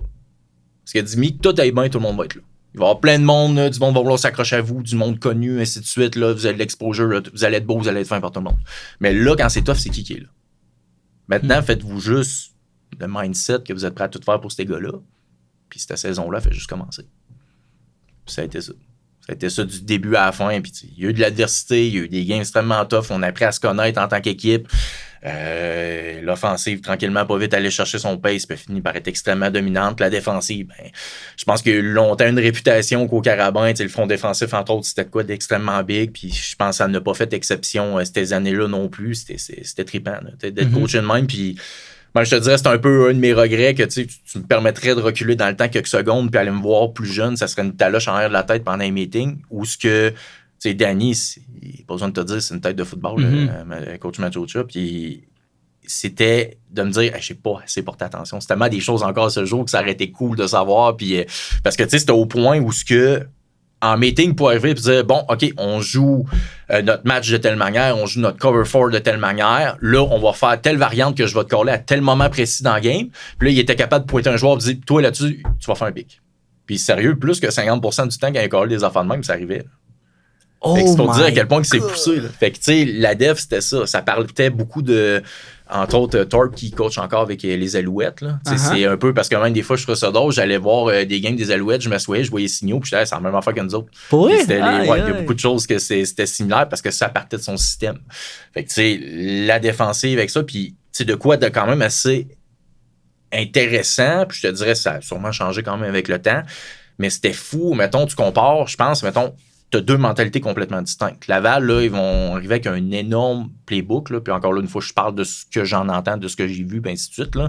Puis eux autres, ça va être le style, OK, pour tel jeu, tu as toutes les possibilités possibles. T'sais, fait que même jeu, ça peut être des pages et des pages, parce que c'est pour dire, OK, là, s'il s'installe en 5R versus s'installe avec un fullback, si c'est 2-3, 3-2, ainsi de suite, toutes les variantes possibles, il y a une réponse dans ce jeu-là. Nous autres, je pense qu'on est arrivé pour jouer contre Laval, notre première game, on avait une feuille recto-verso. Parce que c'est carrément l'autre mentalité que moi, j'exploite encore beaucoup à ce jour comme coach. C'est ça sert à rien de jouer de quoi que tes gars ne maîtrisent pas. Fait que, au pire, on va en avoir moins. Ça va être extrêmement simple, mais les gars vont l'exécuter à la perfection. Fait que c'est de dire, OK, notre playbook, c'est que ça. Le playbook, en soi, tu ne te fais rien donner physiquement. C'est toi qui amènes tes notes. Puis au fur et à mesure que la saison avance, ben là, il est baissé. C'est complètement une autre mentalité, mais au final, c'est quoi qui fonctionnait, puis la def est en mesure d'avoir le succès qu'elle a eu encore à ce jour. Là. Je pense que c'est-tu leur deuxième Vanier, là, que c'était juste exceptionnel, là, le peu de points qui avaient été accordés là, en cumulant la Dunsmore, la UTEC, puis ou la Mitchell, là, ainsi de la Vanier, là, c'était juste énorme. Là.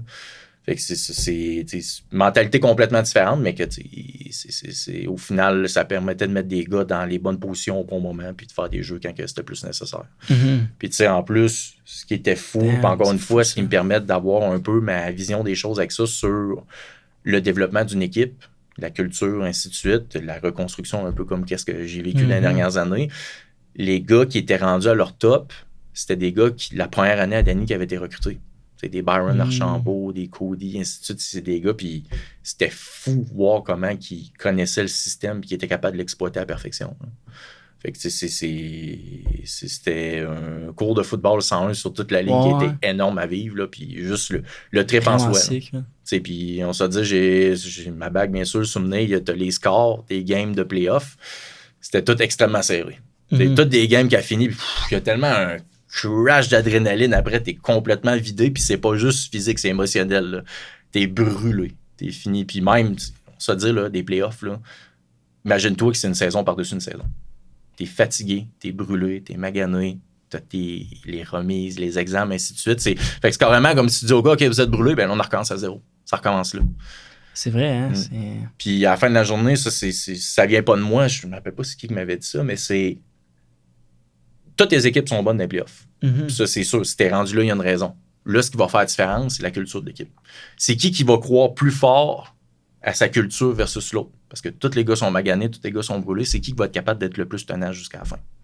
Ça, ça va tout en être. Puis là, cette année-là, c'était une parfaite notion d'eux. Avec l'hiver qu'on a vécu, toute l'adversité qu'on s'avait donnée, à quel point que ça avait rapproché les gars, parce que ça, c'est sûr et certain, ça crée des amitiés qui vont tout le temps rester. C'est quand tu es dans l'adversité avec du monde, ce que je te disais tantôt, ça nous définit personnellement, mais entre nous autres, c'est là que ça vient tisser des liens après ça qui sont indélogeables par la suite. J'aime vraiment ça, même t'as partagé ça pour eux. C'est quand même ça coche, puis j'aimerais ce que ton coach te dit au début, de voir qui est là quand c'est difficile. Ah, ça m'a énormément marqué. Ça, c'est fou. Parce que c'est tellement vrai. Ben oui. C'est tellement vrai. Là. On a eu tout le monde après ça. Là. On est arrivé à la semaine de la Vanier, juste que Denis Coderre qui est débarqué de notre Chili avec nous autres. Puis c'est normal, c'est parfaitement normal. Mais c'est tous des gens qu'on n'aurait pas vus à la première semaine ou si on n'avait pas eu le succès par la suite. Là. C'est juste de se rappeler. Rappelle-toi à la base, quand tout va le plus mal, c'est qui est là. La notion de famille, pour moi, c'est ça. Je la pose beaucoup avec mon équipe. C'est de quoi pour moi qui est extrêmement fort.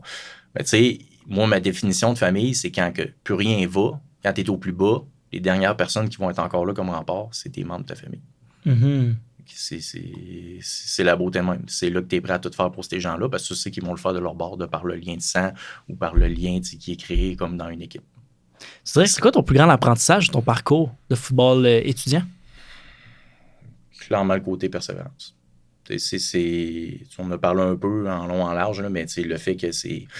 Pour moi, il y a tout le temps moyen de continuer à avancer. Point final. Tant qu'il va tout le temps...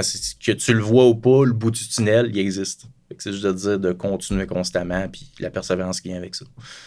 Je viens de le vivre là encore. Je sais qu'on va en parler un peu plus tard, le côté vraiment plus collégial ou ce que j'en suis, mais c'est beaucoup d'apprentissage, énormément d'adversité, beaucoup de déception dans des défaites, ainsi de suite. Mais c'est de dire, c'est pas une raison pour arrêter pour autant. C'est juste que ça vient encore plus me préparer à qu'est-ce qu'on veut aller chercher par la suite. Avant qu'on parle de Thetford, parce que ça s'en vient, tu as eu une transition vers le coaching. Ouais. Parle-moi un peu de cette transition-là. Pourquoi tu as décidé de retourner coacher? En plus, tu as eu la chance de coacher temps plein. Ce que je comprends, c'est avec l'Apocatière, le cégep.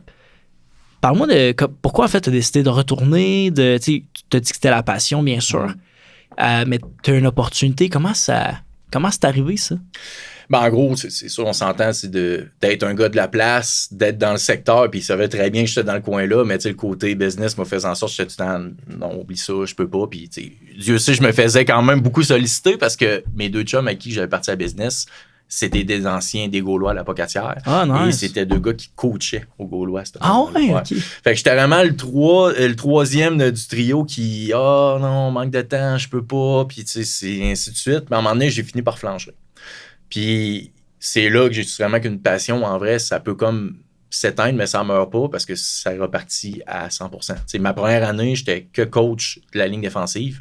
Ça a été une piqûre, ça a été instantané parce que je te dirais avant ça, je ne me voyais pas comme un coach.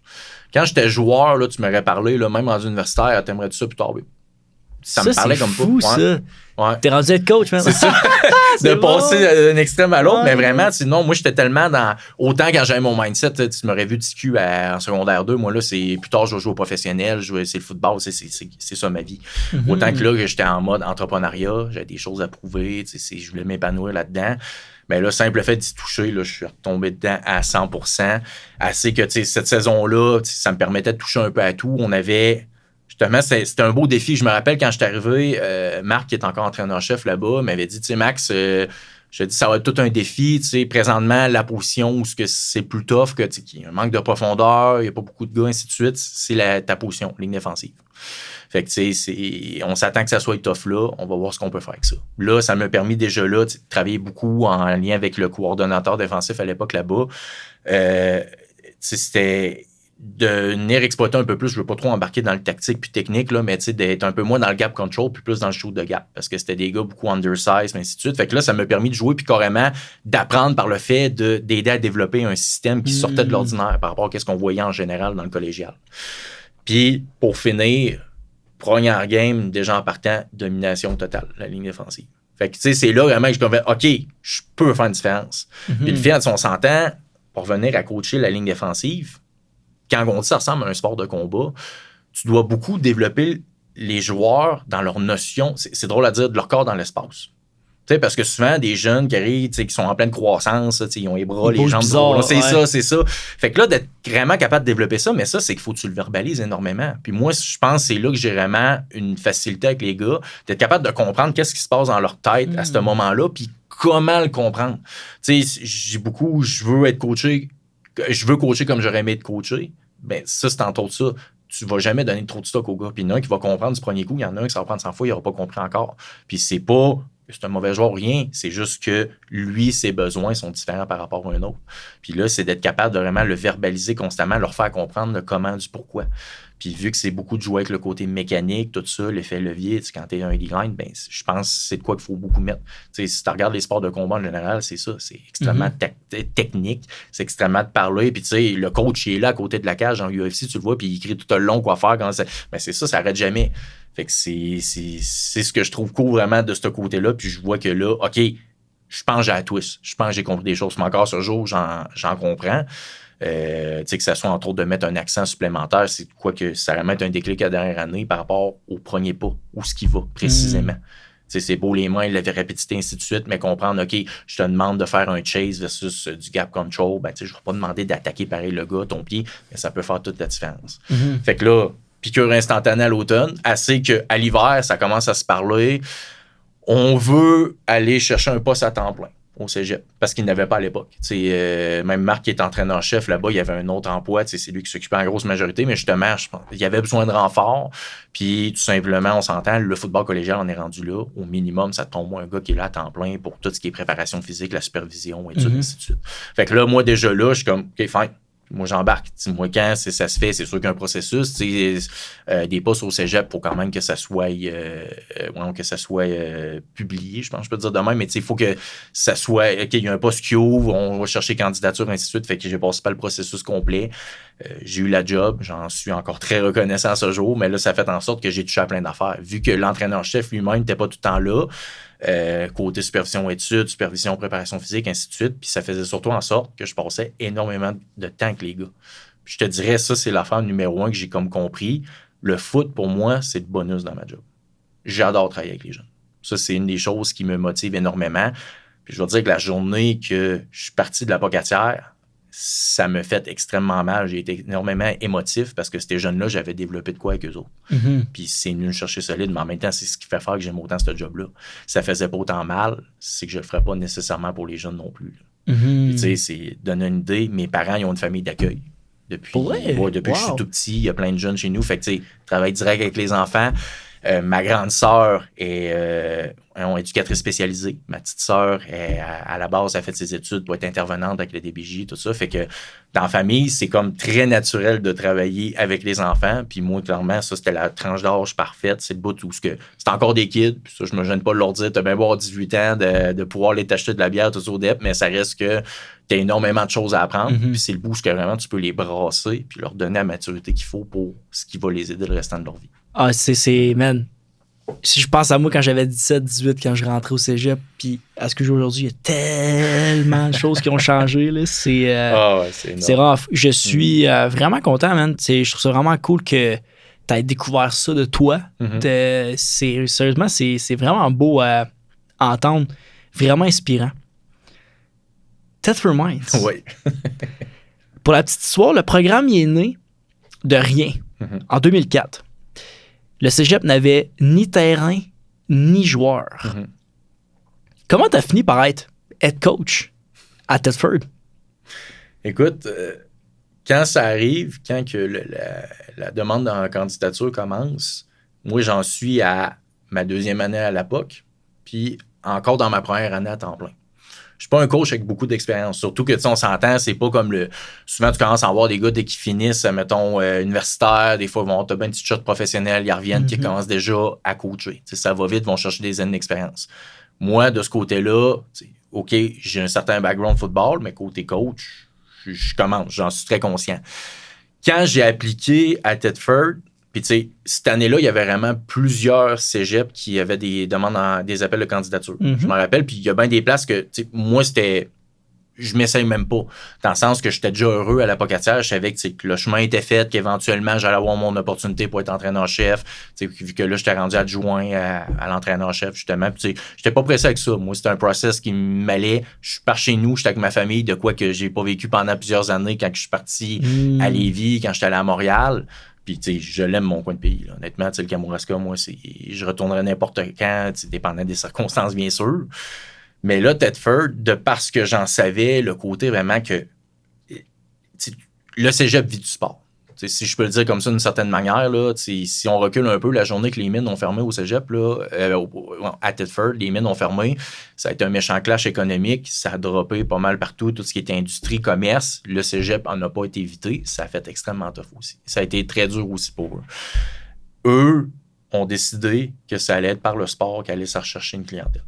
Entre autres, c'est une des façons qu'elle est chercher. Fait que là, rendu là, tu veux faire compétition à des programmes à Québec qui ont déjà tout, qui ont tous les programmes collégiaux qui sont là. Tu peux même, depuis un certain temps, c'est encore mieux parce que tu as du D3 avec Mérissi, tu as du D2 avec Lévis, tu as du D1 en masse, il en manque pas. Là. Fait que là, foot en masse, c'est ça. Puis là, tu as l'audacité, il y a au-dessus de 20 ans de ça, de dire, ben nous autres, on va faire en sorte qu'on devenir une place incontournable pour ce qui est du sport collégial. Fait que tu sais, ça, en soi, c'est sûr que c'est de quoi qui me parlait, de me dire, OK, je m'en vais avec une place, ma job, c'est le football, puis eux autres, ce qu'ils voient comme une des priorités, c'est le sport. Puis tu sais, c'est normal, toutes les cégeps ont leurs priorités, ils ont leurs choses, vont tout avoir des choses dans lesquelles sont plus fortes que d'autres, les centres de recherche, des programmes en particulier, etc. Tetford, sport, c'est de quoi qu'ils ont décidé de vraiment mettre de l'avant. Puis ça, c'est tout en grande partie grâce à Robert Rousseau qui prend sa retraite cette année, justement, qui était directeur, moi, quand j'ai été engagé, directeur général. Mais avant même d'avoir ce titre-là, c'est lui qui a poussé, puis Dieu sait qu'il y a eu des embûches, puis ça a été dur à faire passer. Justement, tu dis pas de terrain, rien, ça part de rien.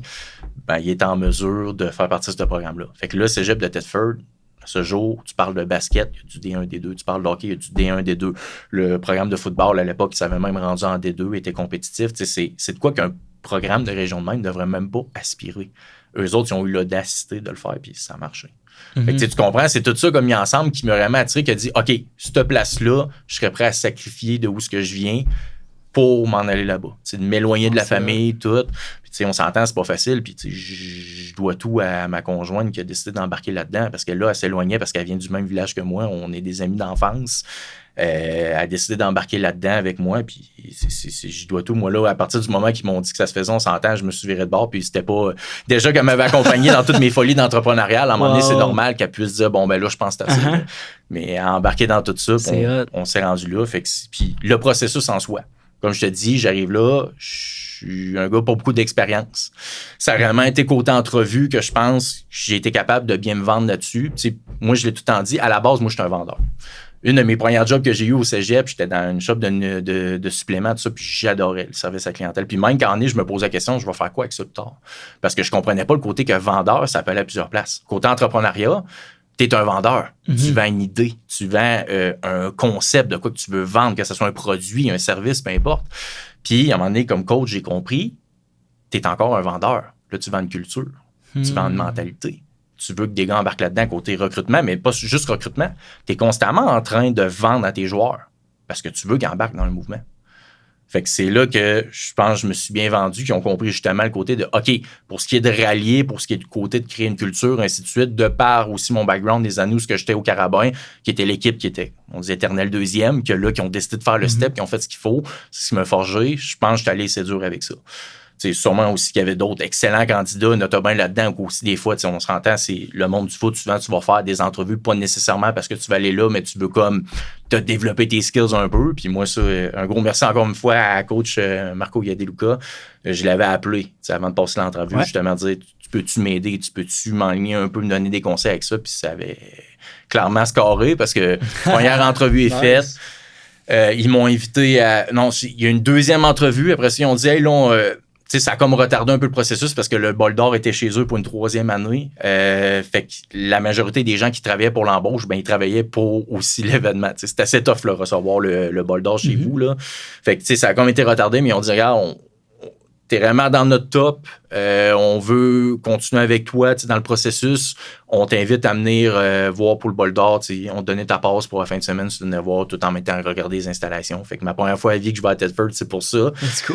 On fait la visite du cégep en 2 matchs pour passer. Et puis, à ce jour, il faudrait que j'en parle à Robert, là, mais pas mal sûr que c'était pas juste une coïncidence. Mais le directeur général, justement, je te dis que le football, c'est son bébé. C'est lui qui a parti le programme. On passe devant son bureau. Il n'y avait pas d'entrevue qui était prévue. J'étais au-dessus d'1 heure dans le bureau avec lui puis avec le responsable des sports. No way, let's Fait go. qu'une belle petite entrevue à l'improviste comme ça pour finalement après ça repartir puis pas longtemps après, c'est une bonne histoire ça aussi. J'étais, comme je te dis, le seul temps plein à la Pocatière. Fait que côté recrutement, c'était ma job. J'étais à Moncton à ce moment-là. Je rentrais pour faire une présentation. Mon cell sonne. Là, je vois que c'est le numéro du responsable des sports à Thetford. Là, je raccroche parce que je m'en vais faire une présentation de recrutement. Là, j'ai dit, je te rappelle, dès que je sors, là, je m'en vais faire une présentation avec, je me rappelle bien, c'est l'Odyssée, pas le Valent de l'Odyssée. Là, il me dit, pas de trouble. Puis là, il lâche de quoi qu'un clin d'œil, genre, tu parleras en bien du programme de Thetford. Fait que là, tu comprends, moi, je viens de comprendre que j'ai un job. Puis je m'en vais faire un speech de recrutement pour une autre équipe. C'est bon, ça. Fait que ça, c'était assez spécial. Puis je te dis, pour autant, ça n'a pas paru. Là. J'ai fait des choses en professionnel jusqu'à la fin. Mais disons que ça vient déstabiliser assez vite. Là. Ben, certain. Aïe, folle histoire, man. T'as dit qu'un aspect qui a beaucoup... te rapproché beaucoup avec les gens de Thetford, c'est le côté culturel. Ouais. T'es quelqu'un qui est capable de ramener les gens ensemble. Ici, je te cite. Tu dis, je ne veux pas que ce soit un one-man show. Je viens ici avec l'intention de faire avancer les choses. Même avec les meilleurs joueurs, ce sont les liens entre eux qui font la différence. C'est quoi la culture que tu veux développer dans l'air, Maxime? Tout part du travail. Là, tu sais, quand je suis arrivé, c'est-à-dire le logo, tu sais, c'est plus Thetford, c'est travail. C'est tout va partir de là. Je me fous d'où ce que tu viens, je me fous de ce que tu as accompli après. C'est qu'est-ce que tu es prêt à faire qui m'intéresse. Fait que c'est vraiment d'arriver avec cette optique-là, sachant que, tu sais, on a un programme qui vient d'être gradé en Détroit, on a un programme avec pas une bonne fiche. Qu'est-ce qui peut être attrayant? Mais c'est plus, écoute, qu'est-ce que tu es prêt à faire? Parce que moi, peu importe c'est quoi, je vais m'en mancher que tu sois en mesure de le faire. Fait que moi, c'est d'aller chercher les plus grands travaillants. Puis même, je te dirais, quand j'ai repris confiance après notre première année de recrutement, je commençais à comprendre plus la game. Puis on est moins dans le mode, on a peur de pas avoir assez de candidats, tout ça. Quand on a vraiment commencé à filtrer un peu, puis là, c'est là que tu vas voir le côté, il ressort de ce que j'ai vécu à Montréal. Moi, dans les présentations, là, devant les joueurs, quand on allait dans les écoles pendant les heures de dîner, je leur disais littéralement, tu viens chez nous, faut que tu aimes t'entraîner. Sinon, viens pas chez nous. Peu importe qui, viens pas chez nous, tu vas pas être heureux, tu vas pas t'épanouir. Chez nous, l'hiver, on te sac des volets. Faut que tu sois prêt à ça. Moi, quand je dis je te prépare pour le prochain niveau, parce que c'est de quoi qu'on vend beaucoup. Préparer pour le prochain niveau, c'est en tant qu'individu, en tant qu'étudiant, en tant qu'athlète. Parce que ça, c'est niaiseux, là, mais excuse-moi, là, à moins que tu sois vraiment un candidat, encore une fois, 5 star et plus, là, ils vont pas perdre beaucoup de temps avec toi si t'es pas un bon étudiant. S'il faut qu'ils courent après toi universitaire, que t'es pas à tes affaires. Le coach à l'université, il est là pour le football. Fait que moi, il faut que je te prépare dans l'ensemble pour tout ça. Fait que, même si tu vois le côté reluisant de dire hey, je te prépare pour le foot, ainsi de suite, mais moi, c'est aussi dire je te prépare à être un père de famille, je te prépare à être quelqu'un dans le marché du travail par la suite qui va être en mesure d'accomplir de grandes choses. Ça en fait toute partie. Fait que tout partait du travail. Puis tu citais le côté où ce que je dis, je veux pas que ça soit un one-man show.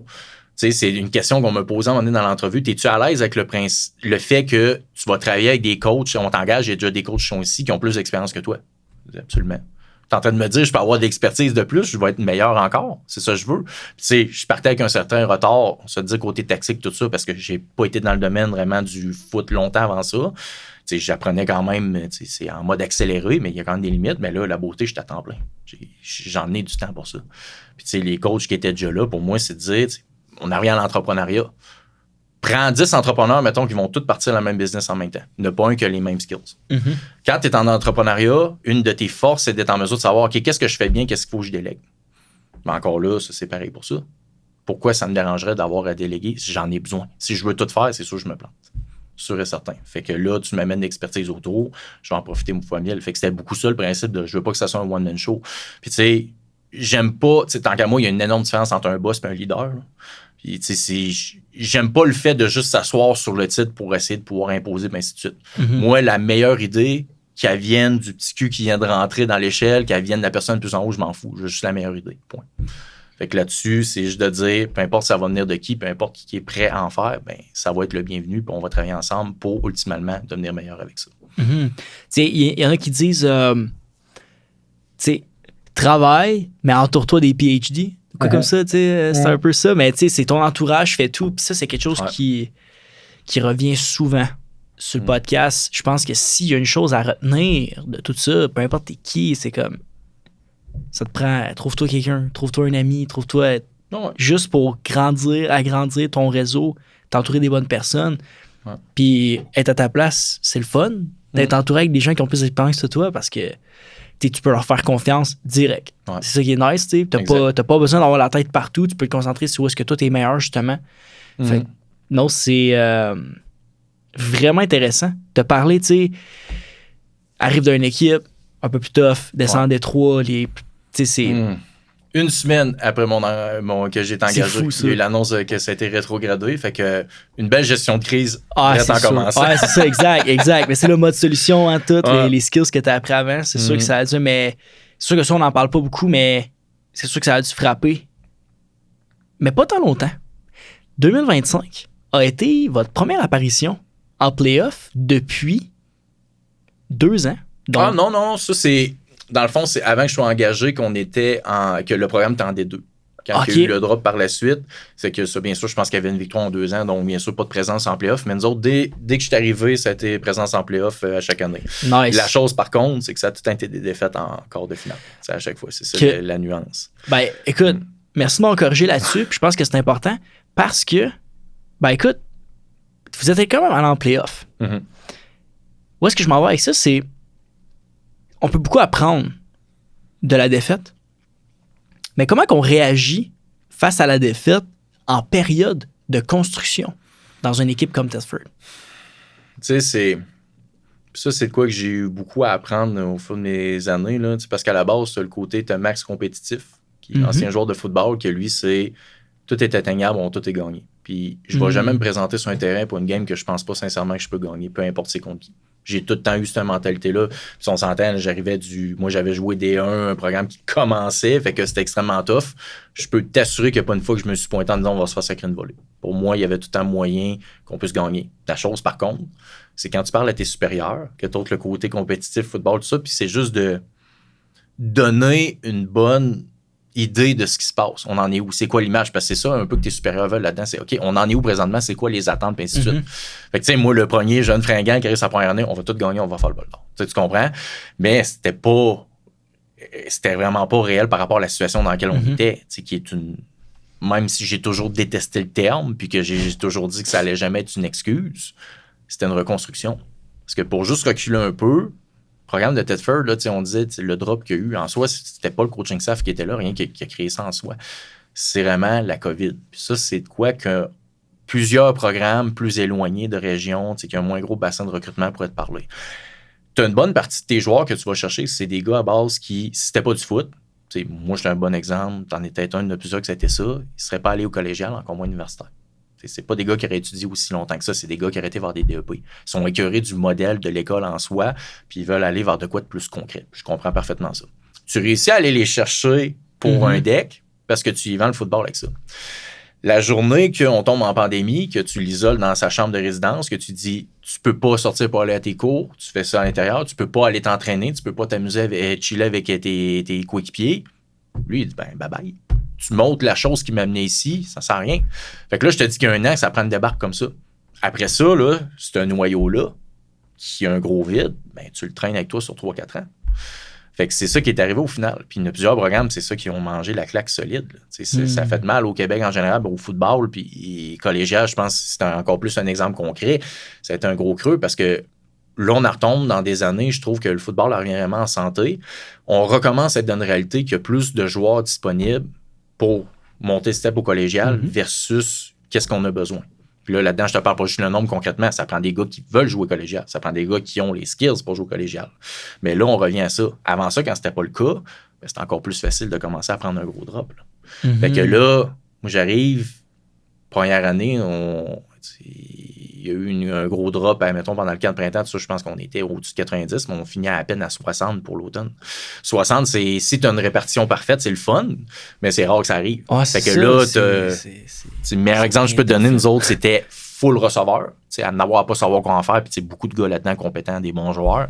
Puis versus qu'on a la misère à avoir 5 O-line qui sont en santé pour jouer une game. Damn, OK, ouais. Fait qu'on s'entend quand que tu commences à te casser la tête de dire bon, je mets quoi comme joueur, comme 5e O-line, c'est sûr que ça ira pas long feu. Là. Puis ça a tout un été de quoi que j'ai beaucoup mis de l'accent. C'est moi, mes chouchous, je m'en cache même pas, c'est O-line. C'est les autres, il faut qu'il y en ait plus. Les autres, c'est plus tough. Puis c'est des gars, il faut que tu réussisses à amener à terme. Parce que la maturité physique là-dessus, c'est de quoi qui joue énormément. Puis le côté technique. Moi, j'oserais dire, je pense que c'est plus tough la transition O-line du secondaire au cégep qu'un corps arrière. Parce que ça reste, c'est qu'il y a des bases, c'est sûr que côté playbook, tout ça, c'est tough, mais ça reste ta première pratique. OK, lance ce fade-là, lance ce slant-là. L'autre, c'est bon, regarde, as-tu vu le gars en avant de toi qui est rendu avec la barbe, là, puis qui est au moins 60 livres de plus que qu'est-ce que tu avais de plus gros en avant de toi? Ben, puis là, souvent, collégial, on cherche des gars avec des plus gros gabarits qui arrivent du secondaire. Mais souvent, ce qu'on se rend compte, c'est des gars que parce que gabarit, il y avait un edge chez les autres, côté technique, sont moins développés. Mais là, ça te rattrape rendu là. Un peu comme le gars qui dit « Moi, j'ai pas besoin d'étudier, je passe mes examens. » Il arrive à l'uni, il mange une claque d'en face. Ouais, c'est ça. C'est un peu le même principe, mais version joueur de foot. C'est intéressant que tu me parles des joueurs de foot. Faisons un mélange de recrutement puis les types de joueurs qui pourraient peut-être bien fitter à Thetford. J'ai envie de te parler de quel genre de trait numéro 1? En fait, c'est quoi le trait numéro 1 que tu recherches dans ton recrutement pour qu'un joueur s'épanouisse à Thetford? Je vais peut-être aller champ gauche un peu dans ce que tu t'as attendu, mais je vais dire une bonne personne, un gentleman.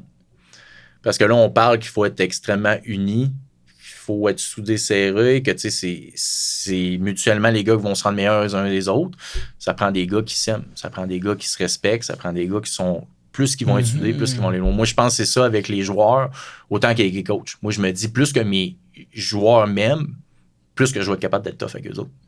Fait que c'est niaiseux, mais ça part de là. Moi, si t'es pas une bonne personne, si j'ai vraiment des red flags de ton coach qui me dit « Ouais, lui, c'est méchant bon joueur, mais il a la tête enflée, pas une super bonne attitude. » Et là, je commence à perdre l'intérêt assez vite. Fait que OK, je vais essayer de le changer, mais il va plier ou ça va casser. C'est dans le PDK. Mais souvent, je te dirais, c'est un gros red flag, moi, qui fait en sorte que je ne vais pas vers ça. Parce qu'à la fin de la journée, c'est ce qui va faire grosse différence. Fait que je te disais, c'est la première chose. Moi, je dis, je veux des gentlemen. Ça, c'est vrai, moi, c'est de quoi je mets un énorme accent, c'est niaiseux, là, mais ponctualité, prestance, politesse, tous des détails qu'à cet âge-là, des fois, tu t'en fous un peu. Puis pas de dire que en général, sont mal élevés ou whatever, mais c'est de dire, c'est vraiment mettre un accent pour dire, hey, vous savez pas à quel point que juste ça peut vous aider. La première impression avec quelqu'un là, est juste bonne, là, tu vas même te créer un contact pour le reste de ta vie. C'est niaiseux à dire, là, puis je vais le dire pas trop gras, là, mais j'ai pas vu personne dans la vie que ça lui a fait gagner des choses dans la vie d'être un trou de cul. C'est niaiseux de même. Fait que ça, moi, c'est de quoi qu'il y a un énorme accent, puis sinon, c'est ce qu'on parlait tantôt, le côté persévérance, le côté travail. Toi, ça t'allume-tu de voir qu'il y a de la job à faire? Ou ça te décourage de te dire, ouf, on est loin encore? Si ça te travaille, si t'es capable de voir le côté en disant, oh, ça va me rendre meilleur, ça va me rendre plus fort, ça va me rendre plus vite, c'est ce que je veux. C'est ce que je vais aller chercher. Du pourquoi, comme je te dis, qu'on est très transparent, c'est si un chez nous, ça va être tough. Je veux te préparer. Tu me dis, OK, ça te parle que je te dise, nous autres, c'est un peu comme un prep school chez nous, le côté accessibilité, côté le fait qu'on est isolé, ainsi de suite, tu vas pouvoir te concentrer là-dessus. Ben, moi, quand je te dis, je te prépare, ben, c'est vrai. Moi, là, si je t'endosse, que, tu sais, puis les coachs universitaires, là, ça commence à faire quelques années, ils commencent à me connaître un peu plus comment je fonctionne, mais je vais pas bullshiter. Tu vas savoir 100% comment mon gars est. Jamais je vais essayer de te pousser un gars juste pour me dire je vais en placer plus, en faire de la visibilité, ça va. Mais non. Tu vas savoir 100%. Puis ça, je leur dis tout le temps, je vais être très transparent avec les coachs qui viennent me parler à votre sujet. Fait que tu as besoin d'être au niveau sur toute la ligue, autant en tant qu'étudiant, en tant que personne, en tant que joueur de football. C'est bon, ça. J'aime ça. C'est vrai que c'est pas quelque chose qui est... Souvent, quand... En fait, je m'attendais à une question technique. Je m'attendais à une réponse plus technique que ça, mais j'adore ça. Moi, ça s'enseigne après, ça. C'est ça la différence. Exactement. J'ai rien à rajouter. Tu as gagné une Coupe Vanier, tu as bâti une entreprise, et là, tu construis un programme. Si tu avais à transmettre une leçon à tes joueurs, ça serait quoi? Bon, autant les joueurs que les coachs, je pense que ça s'applique là-dessus. Trust the process. Travaille autant fort que tu veux, puis on fait toute la même erreur de jeunes fringants quand on commence, surtout dans des réalités qu'on arrive avec un programme qui a de la difficulté. On dirait réalité, là, je pense souvent qu'un changement de coach, c'est pas nécessairement parce que ça allait bien. Puis encore une fois, je suis pas en train de dire que c'est à cause des autres coachs. Comme j'ai dit, il y avait une grosse réalité de pandémie, et ainsi de suite. Là. Mais tu sais, c'est travaille aussi fort que tu veux, il y a des choses qui vont prendre un certain temps. Puis moi, c'est de quoi que je me suis beaucoup brûlé à essayer de comprendre. Puis là, j'en suis rendu au bout où ce que ça n'a jamais été autant dans les mains de mes joueurs. Puis quand je te dis ça, c'est pas par rapport aux performances. C'est par rapport à la culture. La dernière année, cet hiver, là, parce que je te dis, c'est déjà tough les hivers, ça l'a tout teinté dès le départ quand je suis arrivé. Les gars, c'est le gros clash qu'ils ont au début, c'est OK, c'est ça, là, on n'est pas là pour niaiser. Quand on est arrivé pour introduire l'hiver qu'on vient de terminer, là, après la saison, j'ai dit, honnêtement, les gars, je pense pas que la solution, c'est de sacrer des plus grosses volées. Je pense pas que c'est d'être plus dur, c'est de rempirer ça. C'est plus qu'est-ce qu'on fait, c'est comment qu'on le fait. Fait que tout est une question rendue là de culture, puis ça, c'est de quoi qui cliché qu'on entend souvent, les bonnes équipes sont leadées par des coachs, les excellentes équipes, c'est par des joueurs. Ben là, c'est ça. Moi, c'est de plus laisser possible ça entre les mains. T'sais, j'en ai des gars que c'est des freaks du travail, tout ça, puis juste en voir un qui se donne pas à 100%, ça le fait chier. Parce que, man, pourquoi tu me dis ça à moi? Dis-le à lui. C'est là que ça va se faire. Puis plus ils sont capables de le faire, puis moi, là-dessus, je suis... Rentrez-vous dedans, brassez-vous. C'est de l'amour quand même d'être capable de dire en pleine face à quelqu'un ses quatre vérités. Mais l'autre affaire, je vais dire aussi, c'est plus que tu te permets d'être rough avec un gars, plus que je veux que tu lui donnes de l'amour après ça en retour. Fait que là, tu viens de le brasser pendant un training, tu viens de le brasser pendant une pratique, va le voir après la pratique. Ça se dit à la main. Fait-tu comprendre? Mais je le fais parce que je veux qu'on aille à la même place. Fait que comme je te disais, là, c'est ça, je me suis rendu compte que on a tellement voulu pousser à montrer c'était rendu quoi Tedford, qu'on n'a même pas pris le temps de se répondre à la propre question à nous-mêmes, on est qui? Fait que là, c'est vraiment juste ça. Je pense qu'on arrive au bout, qui est ce que là, c'est tout a été fait. Il reste à accueillir par la suite les résultats avec ça, mais c'est de dire, on le fait en étant qui? Fait que c'est beaucoup ça qui a été mis l'avant cette année. J'ai eu beaucoup de meetings, que j'ai comme regroupé un groupe, puis ça allait au-delà de qui peut être capitaine ou pas. C'était vraiment je disais le groupe de leadership.